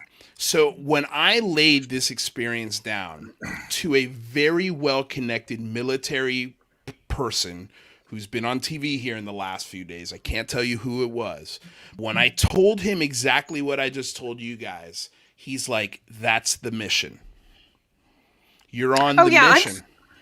I'm former military myself, actually. I wasn't in for very long, but I was a linguist during the Cold War. Cool. It's still the same mission. And it was the same mission in my previous life. I mean, I hated Nazis then, I hate them now. Right. So, let's kick some Nazi ass. That's where we're at. But let's do it peacefully. I'm a peaceful person. I believe in peace. But they've got to stop what they're doing. Yeah. So it's a shared mission, and people demonstrate their receptivity to these ideas, and sometimes it's very, very emotional because we are getting in touch with our multidimensional selves. We're getting in touch with our oversouls. We're getting in touch with our previously incarnated selves.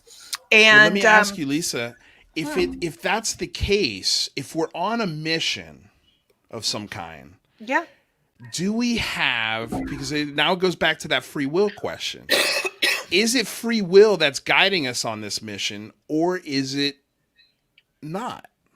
Oh, yeah, it absolutely is. I mean, we have to consciously and intentionally participate in the mission. And, as Buddhists, right, we do it in every moment, right? We're in the present moment all the time, setting our intention over and over and over again to participate in this mission, which is ultimately about peace, safety, and prosperity for all of humanity and all of the living beings on our planet and the planet itself.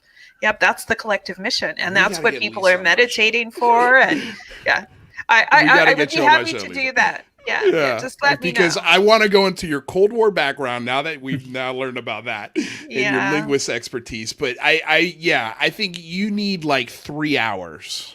To really like dive into some of the things you're talking about, because you're fascinating the hell out of me. Thank you. That's sweet.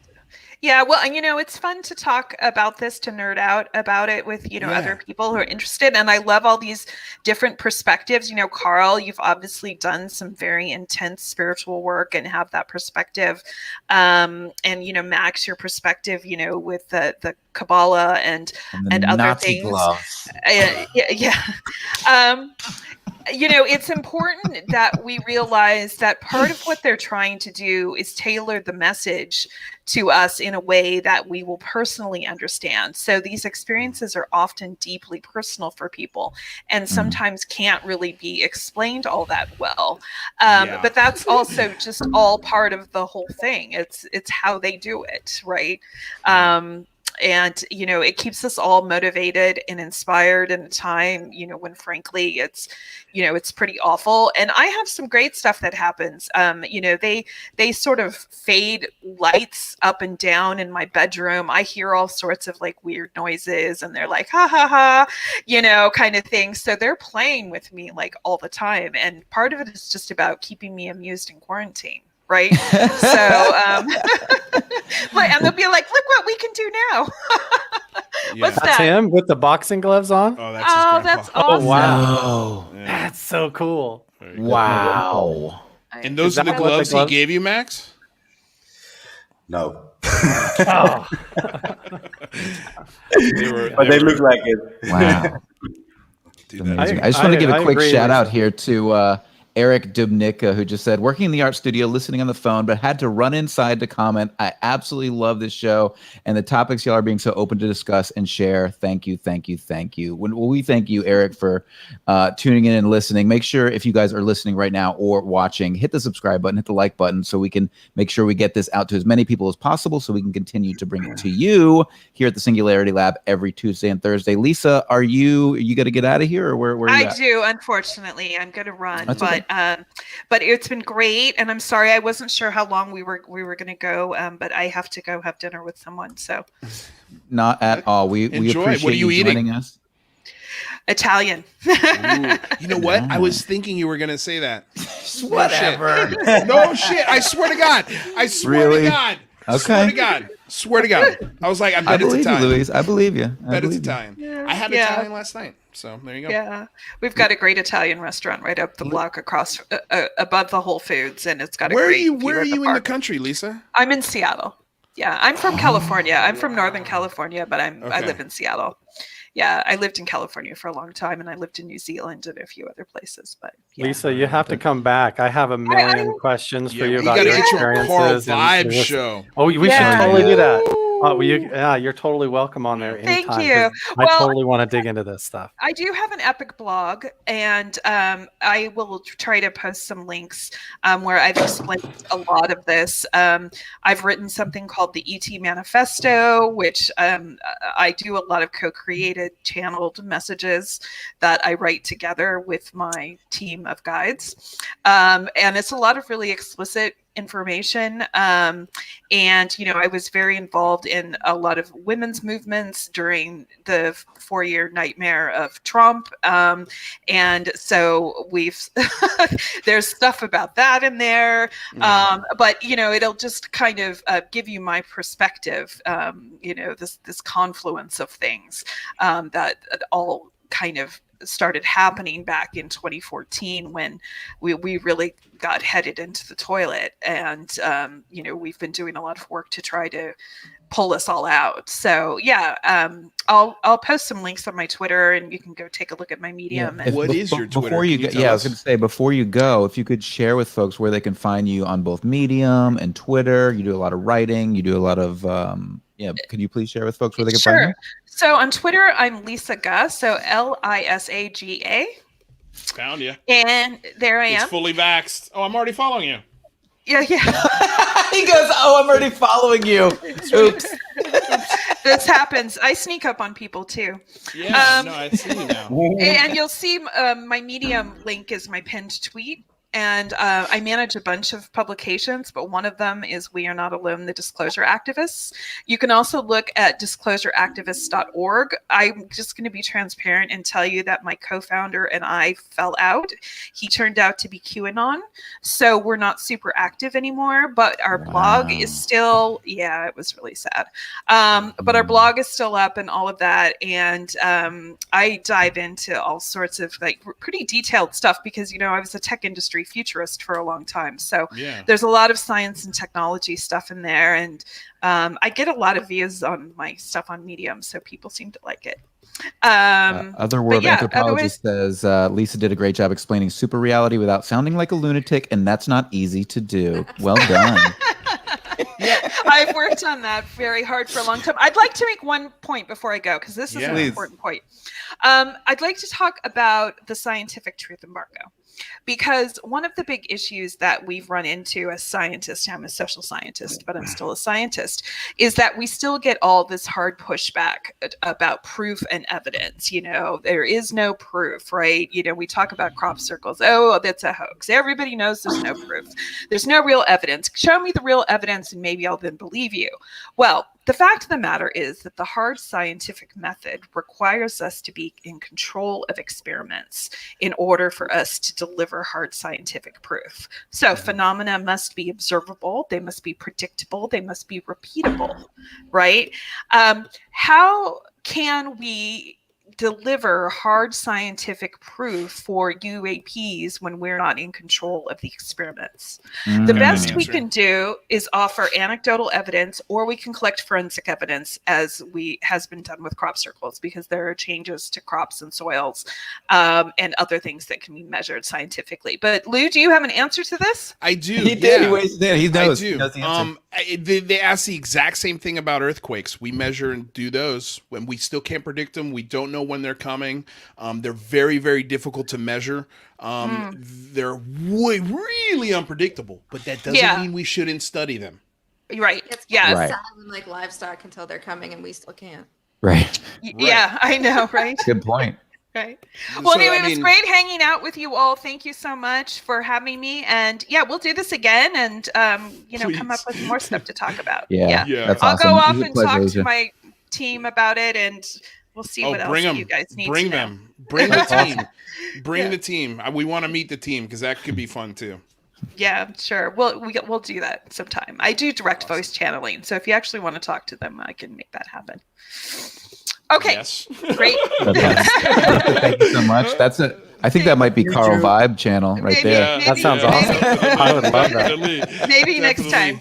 We can All do right. it Thank you, live. Lisa. Thanks so much. Bye-bye. Awesome. Great to have you. What? Yeah, dude. Awesome. So you're on the first little steps, Luis, to figure this out, and she's like already ran up the staircase. Yeah, no, she's at the top of the staircase saying, "Come on, let's go, dummy." She's at the landing, turning around, saying, "Hurry Yeah, up, I mean, everyone." dude, look, I like her a lot. I think she's incredibly fascinating, but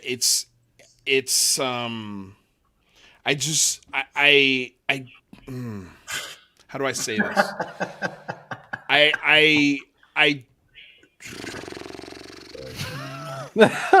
have a hard time when folks are absolute on things. Right. When they know. Well, but that's why I brought up the point.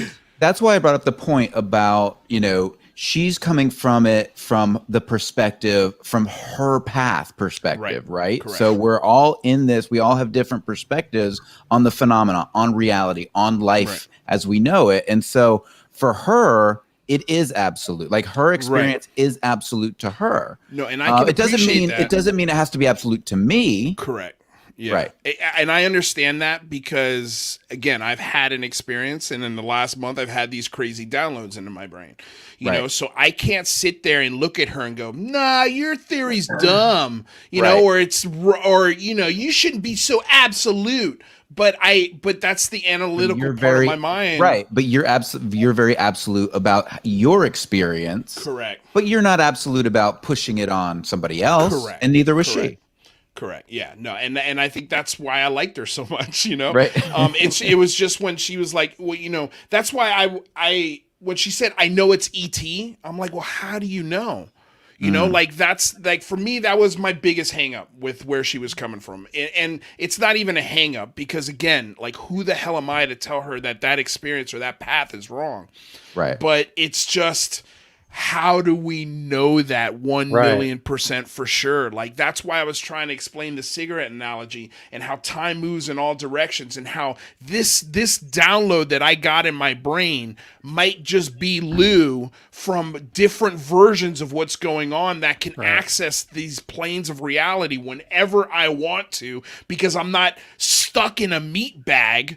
And I just visit myself in 2021 in late April and just start going boop, boop, boop, boop. There you go, dum-dum.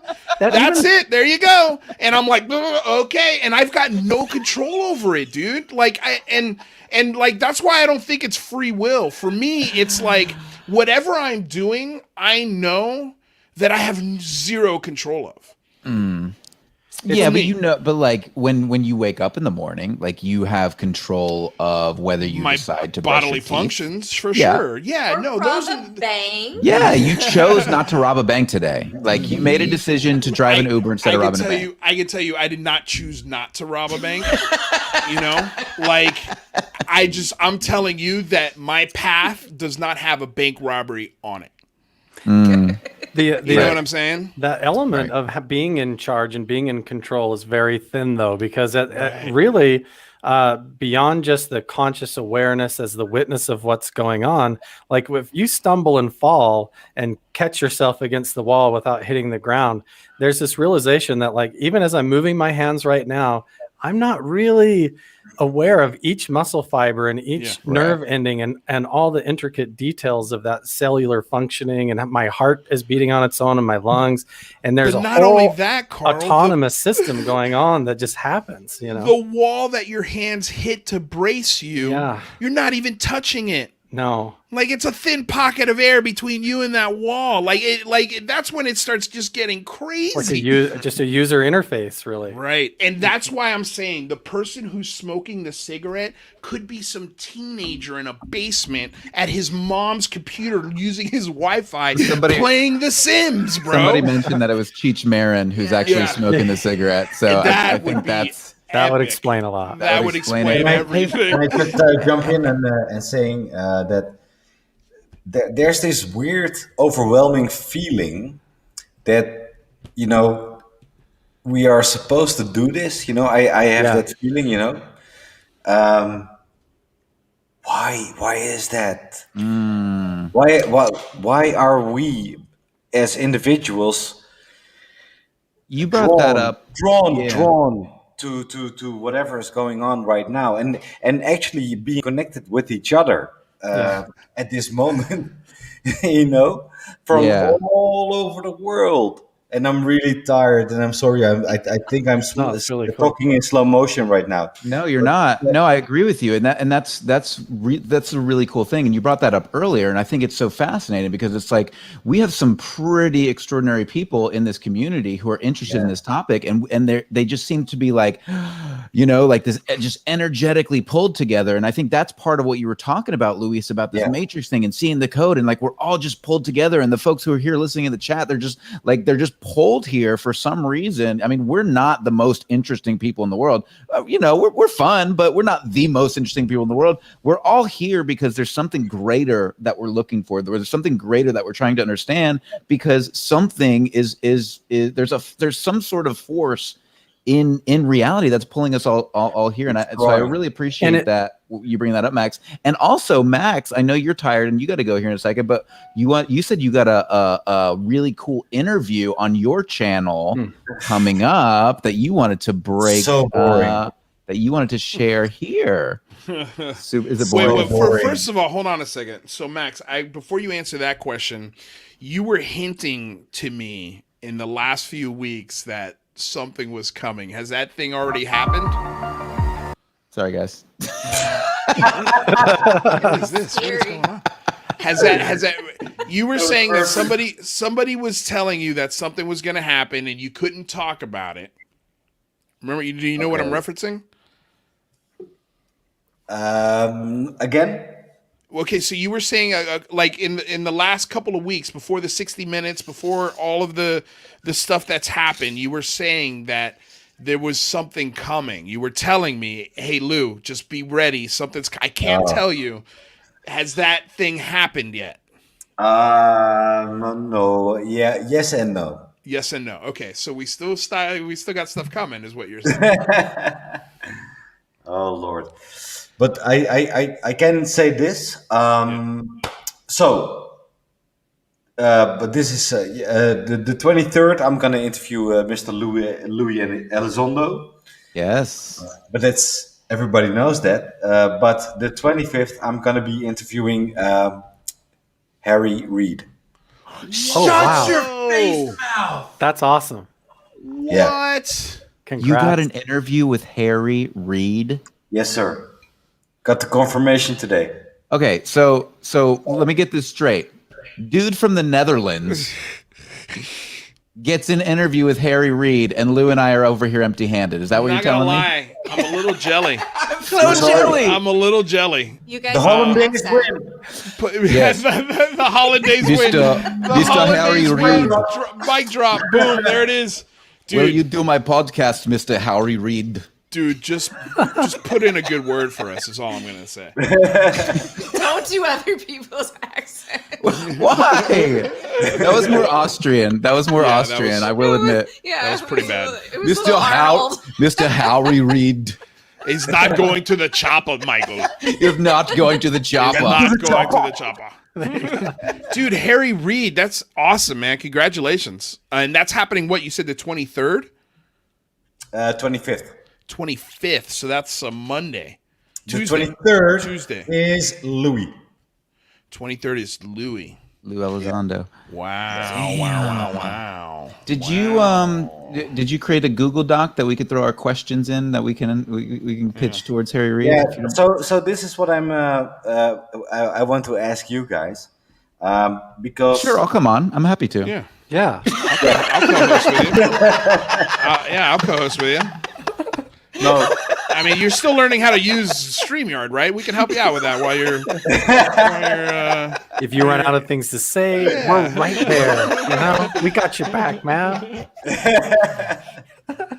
look, there's so much love coming from the UFO community. Look, if you have a question, mail me, email me, Twitter me, for either Elizondo or Reid, and I'll try. You know, I'll Yeah. Well, I'm sure That's you're going to have a ton of your own dude. questions. Congratulations. That's exciting. Yeah, that's awesome. That's Yeah. awesome, dude. I cannot wait to see that. Are you going to bring up your UFO story to Harry Reid? No. No. I didn't think so. I didn't think so. Yeah, I didn't think so. No. Well, let me ask you Dude. this. Would you be willing to share maybe your first couple of questions that you have out of the gate? Or do you want to maybe catch him by surprise on those? To Harry or To Harry. Elizondo? Yeah. Ah. Well, to Harry, man, nobody in American media has gotten Harry Reid to sit down except for, I think, Leslie Kane and James Fox. How long did you get? Did you get like an hour interview with him? I cannot disclose it. Oh That's my awesome. God! Listen to Max Moszkowicz. So, where can This we guy in freaking the Netherlands telling us, Yeah. wow. Tell everybody I where love they it. can watch it. Yes, please. I'm gonna put it on my YouTube channel, Vechten met Moszkowicz. I'll put it in the feed. Don't worry about it. Dude, yeah, please make sure. Are you doing it live? No, Okay. It's pre-recorded. Wow. but Awesome. the one with Elizondo, I'm gonna ask Louis to do it live. Actually, Yeah, he'll do it live. but I don't know if he's gonna oblige. Yo, he will. He will. He's done my show live. He's doing my show. Yeah. He's doing that Friday. Actually, Lou Elizondo's coming on my show on the 28th, and it's a live stream interview. Okay. So I think it'll be good. Yeah, I am Just tell so tired now. I can't even talk anymore. Yeah. Hey, Well, dude, so I just want to make sure everybody, if they want to see Max Moszkowicz, if they would like Denmark.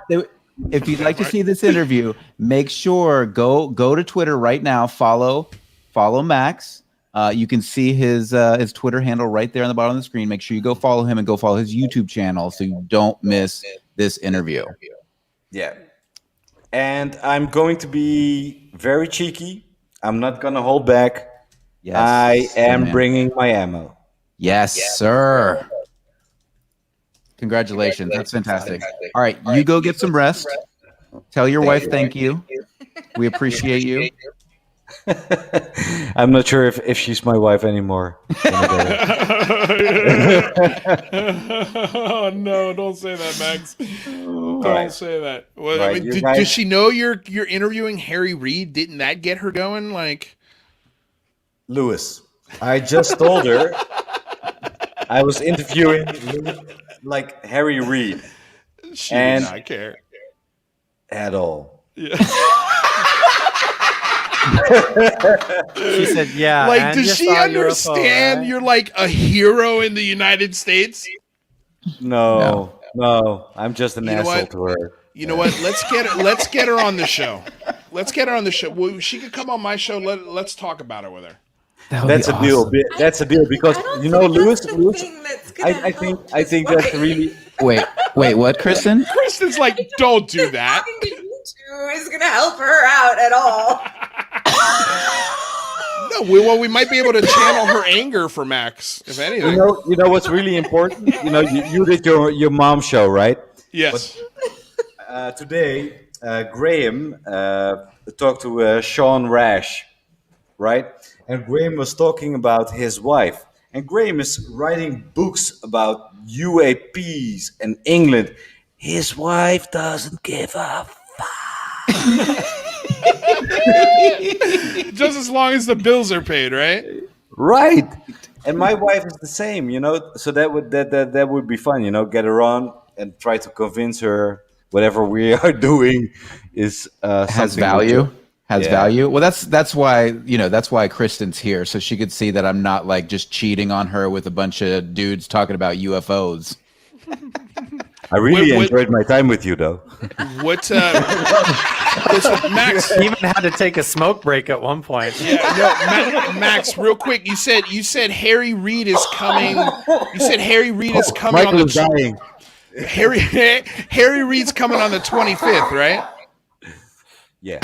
And it's not live. So do you know if that interview is going to play on the 25th?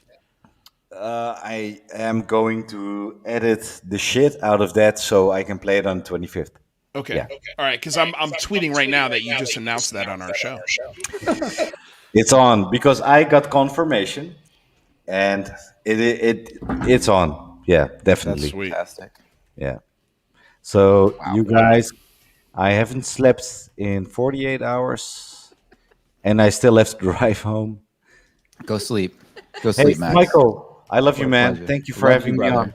Dude, thank you so Yeah. much. I really appreciate it. I know you had a huge 48 hours, and we really appreciate you coming on. So get some rest. Go tell the wife thank you. Let her know that we appreciate her, and we can't wait to have you both on the Unidentified Celebrity Review. Yeah, please. I'd love to have her. I got to Anytime. warn you guys. My wife, she's Turkish. She might stab you. Well, good thing this is the internet. she'll just stab you instead, and then we'll have it on film, and then maybe you could get custody and more than 50%. All right. All right. Hey, it was great to meet you, Have a great Max. night. Drive safe. Well, Bye. Max. Harry Reid. Harry Harry Reid, Reid. dude. What? That's insane. I don't know how he gets these interviews. I do not know how he gets them sometimes. It's that accent, bro. It's you know what I think it might be? No, I'm not gonna say it. I'm not gonna say it because it might come off mean, and I'm not, and I don't want it. Like, dude, that's an awesome get. Like, that's Yeah. so damn Yeah. good. Yeah. Like, I don't want to take anything away from it because No, for I love sure. Max. He's the man. Max is I great. just and he's actually, now that I was thinking about what I was going to say, it's probably not even accurate because when he was on the big phone home, when Lou Elizondo didn't answer his question directly, he's like, "Yeah, okay, whoa, everybody stop. Can you answer my question? Because I asked you a question," and he was like the whole room went, "Whoa, what just happened?"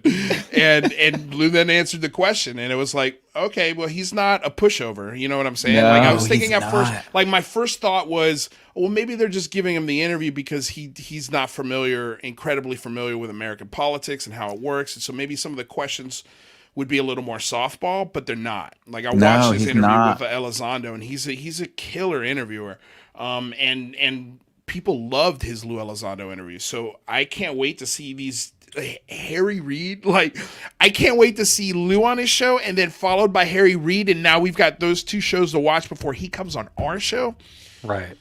That's gonna be killer. Huge. That's gonna Great be shit. killer. And now I want to try and get Harry Reid.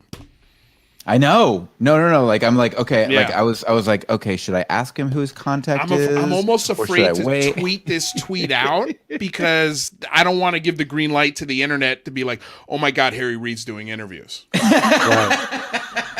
I kind of want to send an email Maybe play it first. close to the chest for a Yeah, minute. well, it's already been announced. He's going to tweet it first thing Yeah. tomorrow morning. So Yeah. That's awesome.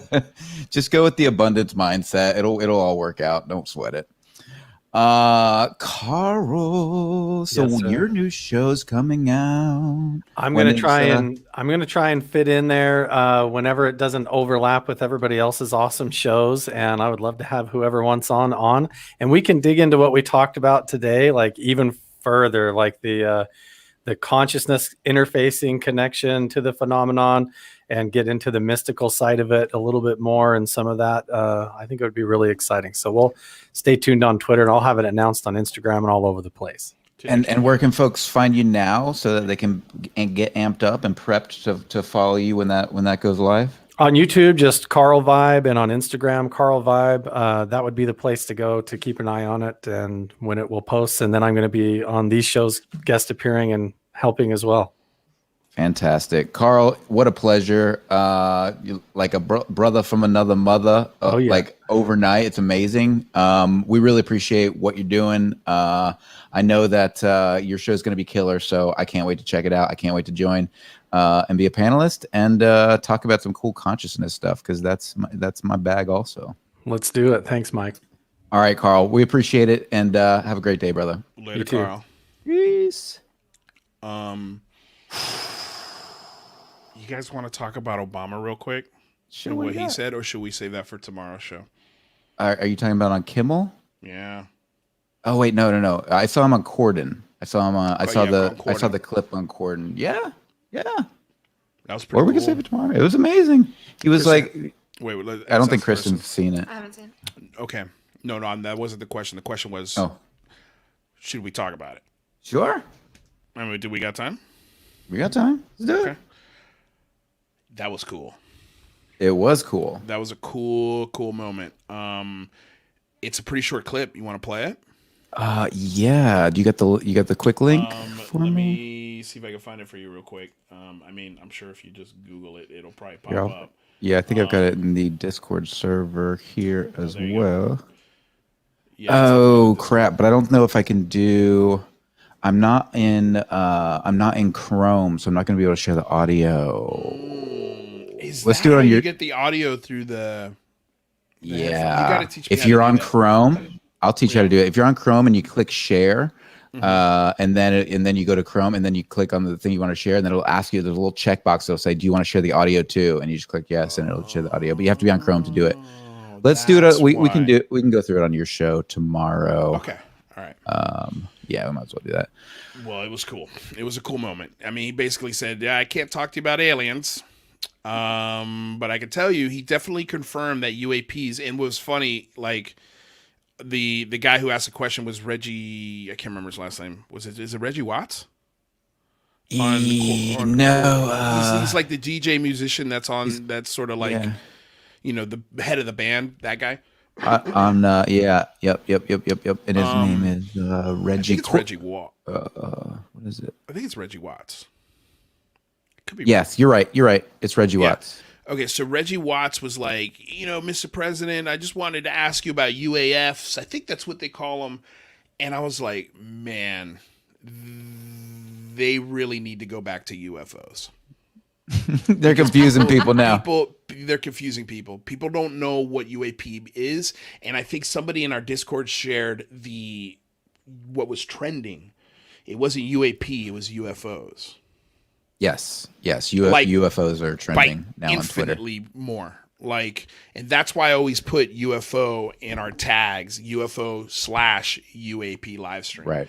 Because, and I've said this a billion times, but somebody who's never been touched by human society in that remote part of the world, if you land on that island and you say UFOs, they'll go, yes. They'll know exactly what you're talking about. You used to land on that island and you say UAPs. No one's going to know. And I just found it fascinating that that nobody on this talk show knew what the acronym is. It's a network talk show, Right. Yeah.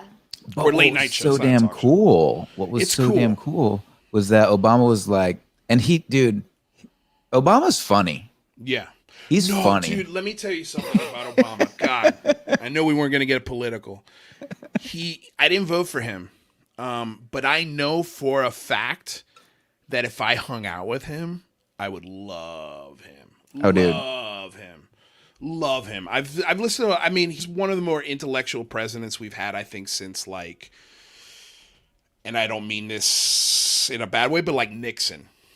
And when I say that, like, I love going back and watching old debates because the articulation of older politicians, they were they were so much smarter. They were so much smarter. Like the way they articulated themselves in debates in the 1960s versus today. Well, because they had to actually be able to debate. Right. Yes. Yes. Right. Like an actual debate, not whatever the hell we do now. Hell we have now. Yeah, that's a shit show is what we have. It's an absolute shit show. But I just found it, you know, I do like listening to Obama speak, and the way that he articulated what's going on with the UAP phenomenon, I thought was perfect. Like he really and he's President Barack Obama. And he said there a are rock things in the star. skies that we don't understand. Mm-hmm. He said that on the Late real. Late Show. That's real. Very honest thing to say. It is. It is. Yeah. You know, I mean, and the idea, and we were having this conversation on Discord earlier, the idea that we could have these things out there and then just be ignoring them and be like, well, we don't understand it, but, you know. It's also a much different, he had a different tone this time. He's been asked this question before. He was asked by Will Smith's son. I remember that. He was asked by Jimmy Kimmel. This is when Will Smith's son was like, I think they were doing that movie where they were in the same movie together. This was like 10 years ago. And he's always been very jokey about it. Very, well, I'm not allowed to tell you because if I did, I'd get in trouble. Right. With this time, he was like, you know, I don't know about, almost like a Rubio, he put that alien question to the side and concentrated, and then he said, and I'm being serious. Yeah. He prefaced it with that. Like, there are things in the sky that these pilots are seeing that they don't know what it is. And that is a much different tune than he had on Jimmy Kimmel a couple years back. He also said that he looked into it. He's never said that before. He actually had somebody look into it, and they came back to him with, yeah, it's nothing. So I'd like to dive into that a little bit maybe tomorrow. But dude, this is let's definitely dive into that tomorrow. But also, for those of you who don't know, we're going to be reviewing episode 3. God, I forgot we were going to review episode 3 of Skinwalker. We also got that going on. 3 of Skinwalker on the Unidentified Celebrity Review. We got tomorrow. a ton of shit to talk about tomorrow. Besides, and the review of Skinwalker. Like, it's going to be, get ready for another 3 or 4 hour live stream, Mikey. No, you don't have to do that. Stick around as long as you want. Look at Kristen's face. She's like, no, you're bleeping not. That ain't happening.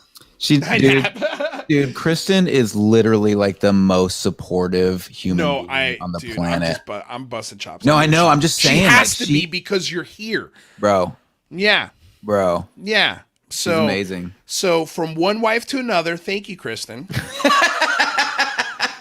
Do appreciate you sharing your man, our man No now. problem, sister wife. Listen, we're gonna be really laughing when we're millionaires. Oh, you know, when we're millionaires, like it's gonna be okay. And when we're millionaires, people aren't gonna look at us like, oh, those cult leaders. They're gonna be like, yeah, those guys work their asses off. They deserve to be millionaires. Dude, you know? 5 nights a week, bro. 5 nights a week, and we don't charge you a dime. We're never gonna pay. too. We have day jobs too. Yeah, trust me when I tell you, I had a day job today, and it sucked. But yeah, look at what Otherworld Anthropologist said. What do you got? You killed it today, Luis. Wasn't she? Because you were on fire there. She was in the show last night, the show chat last night when we went live with Max. And yeah. She made some killer points because I was yelling at Max. I'm like, Max, did you call the police? Did you call a hotline? Did you call the Air Force? Did you record it in any way? He's like, no.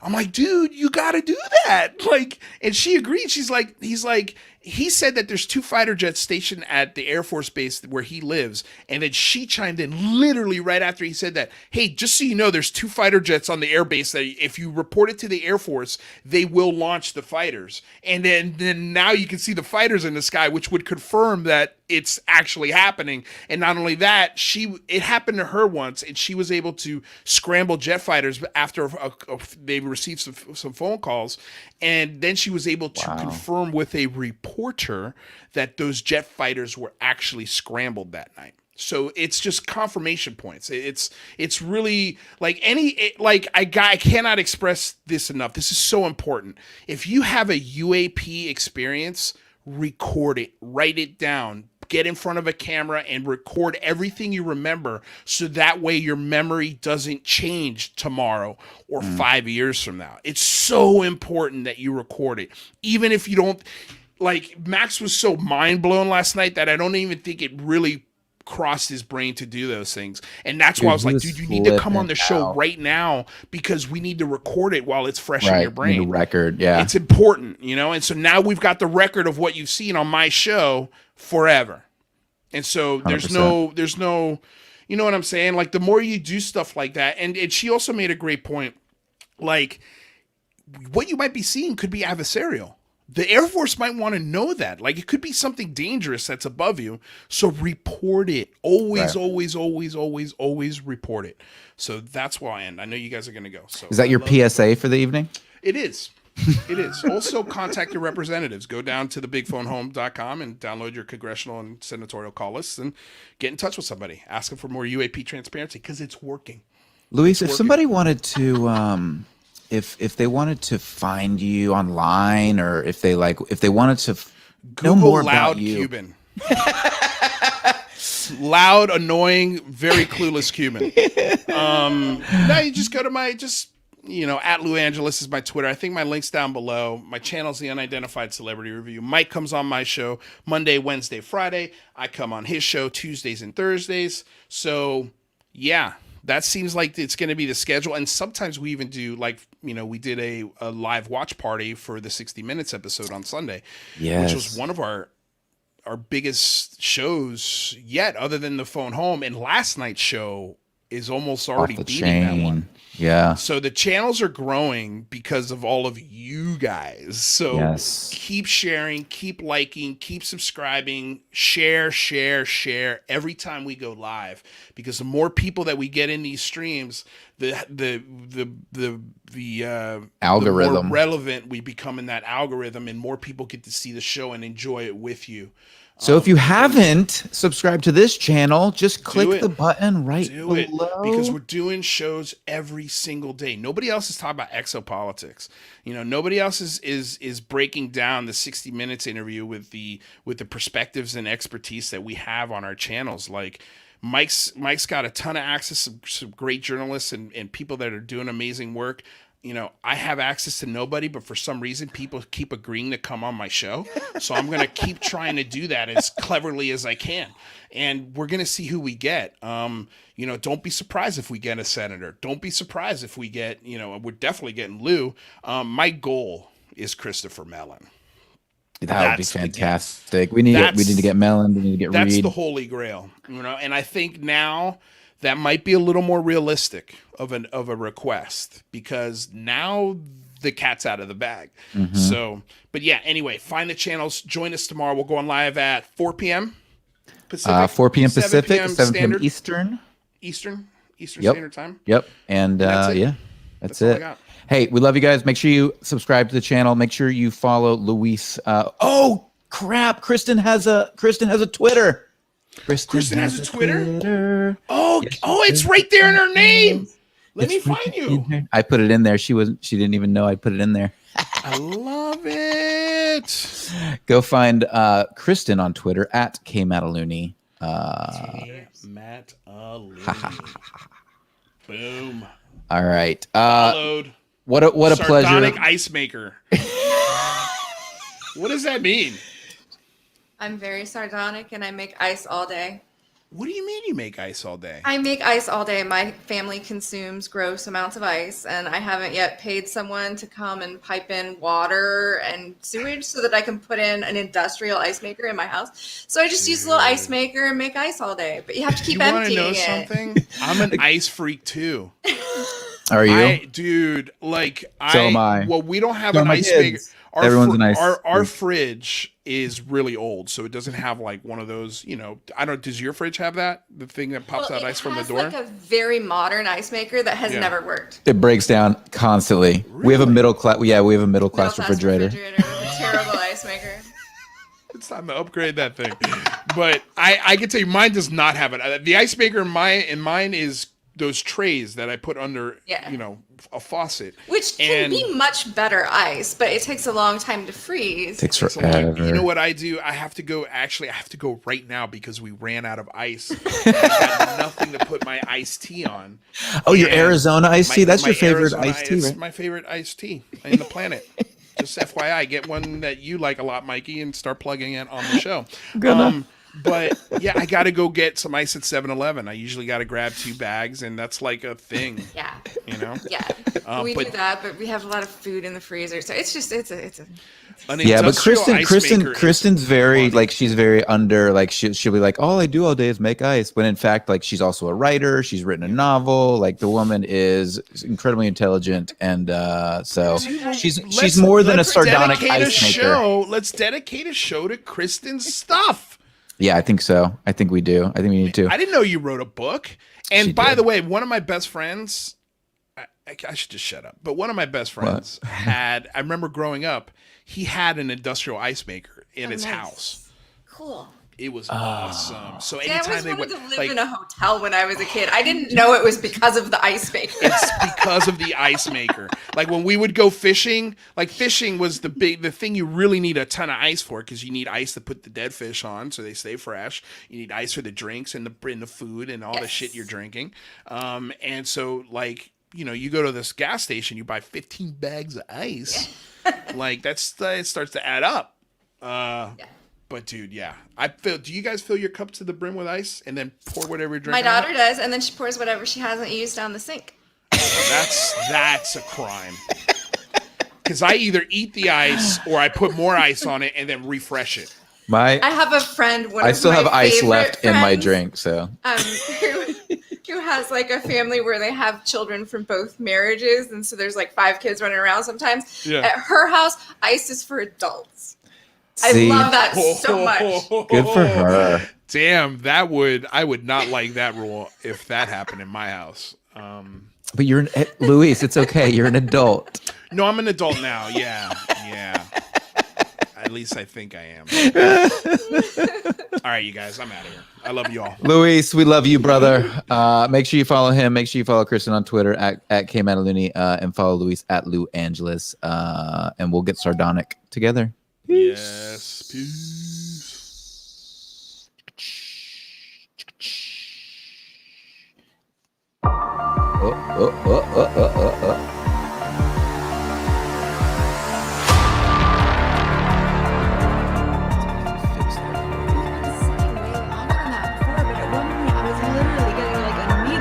In this ear just because it was tight.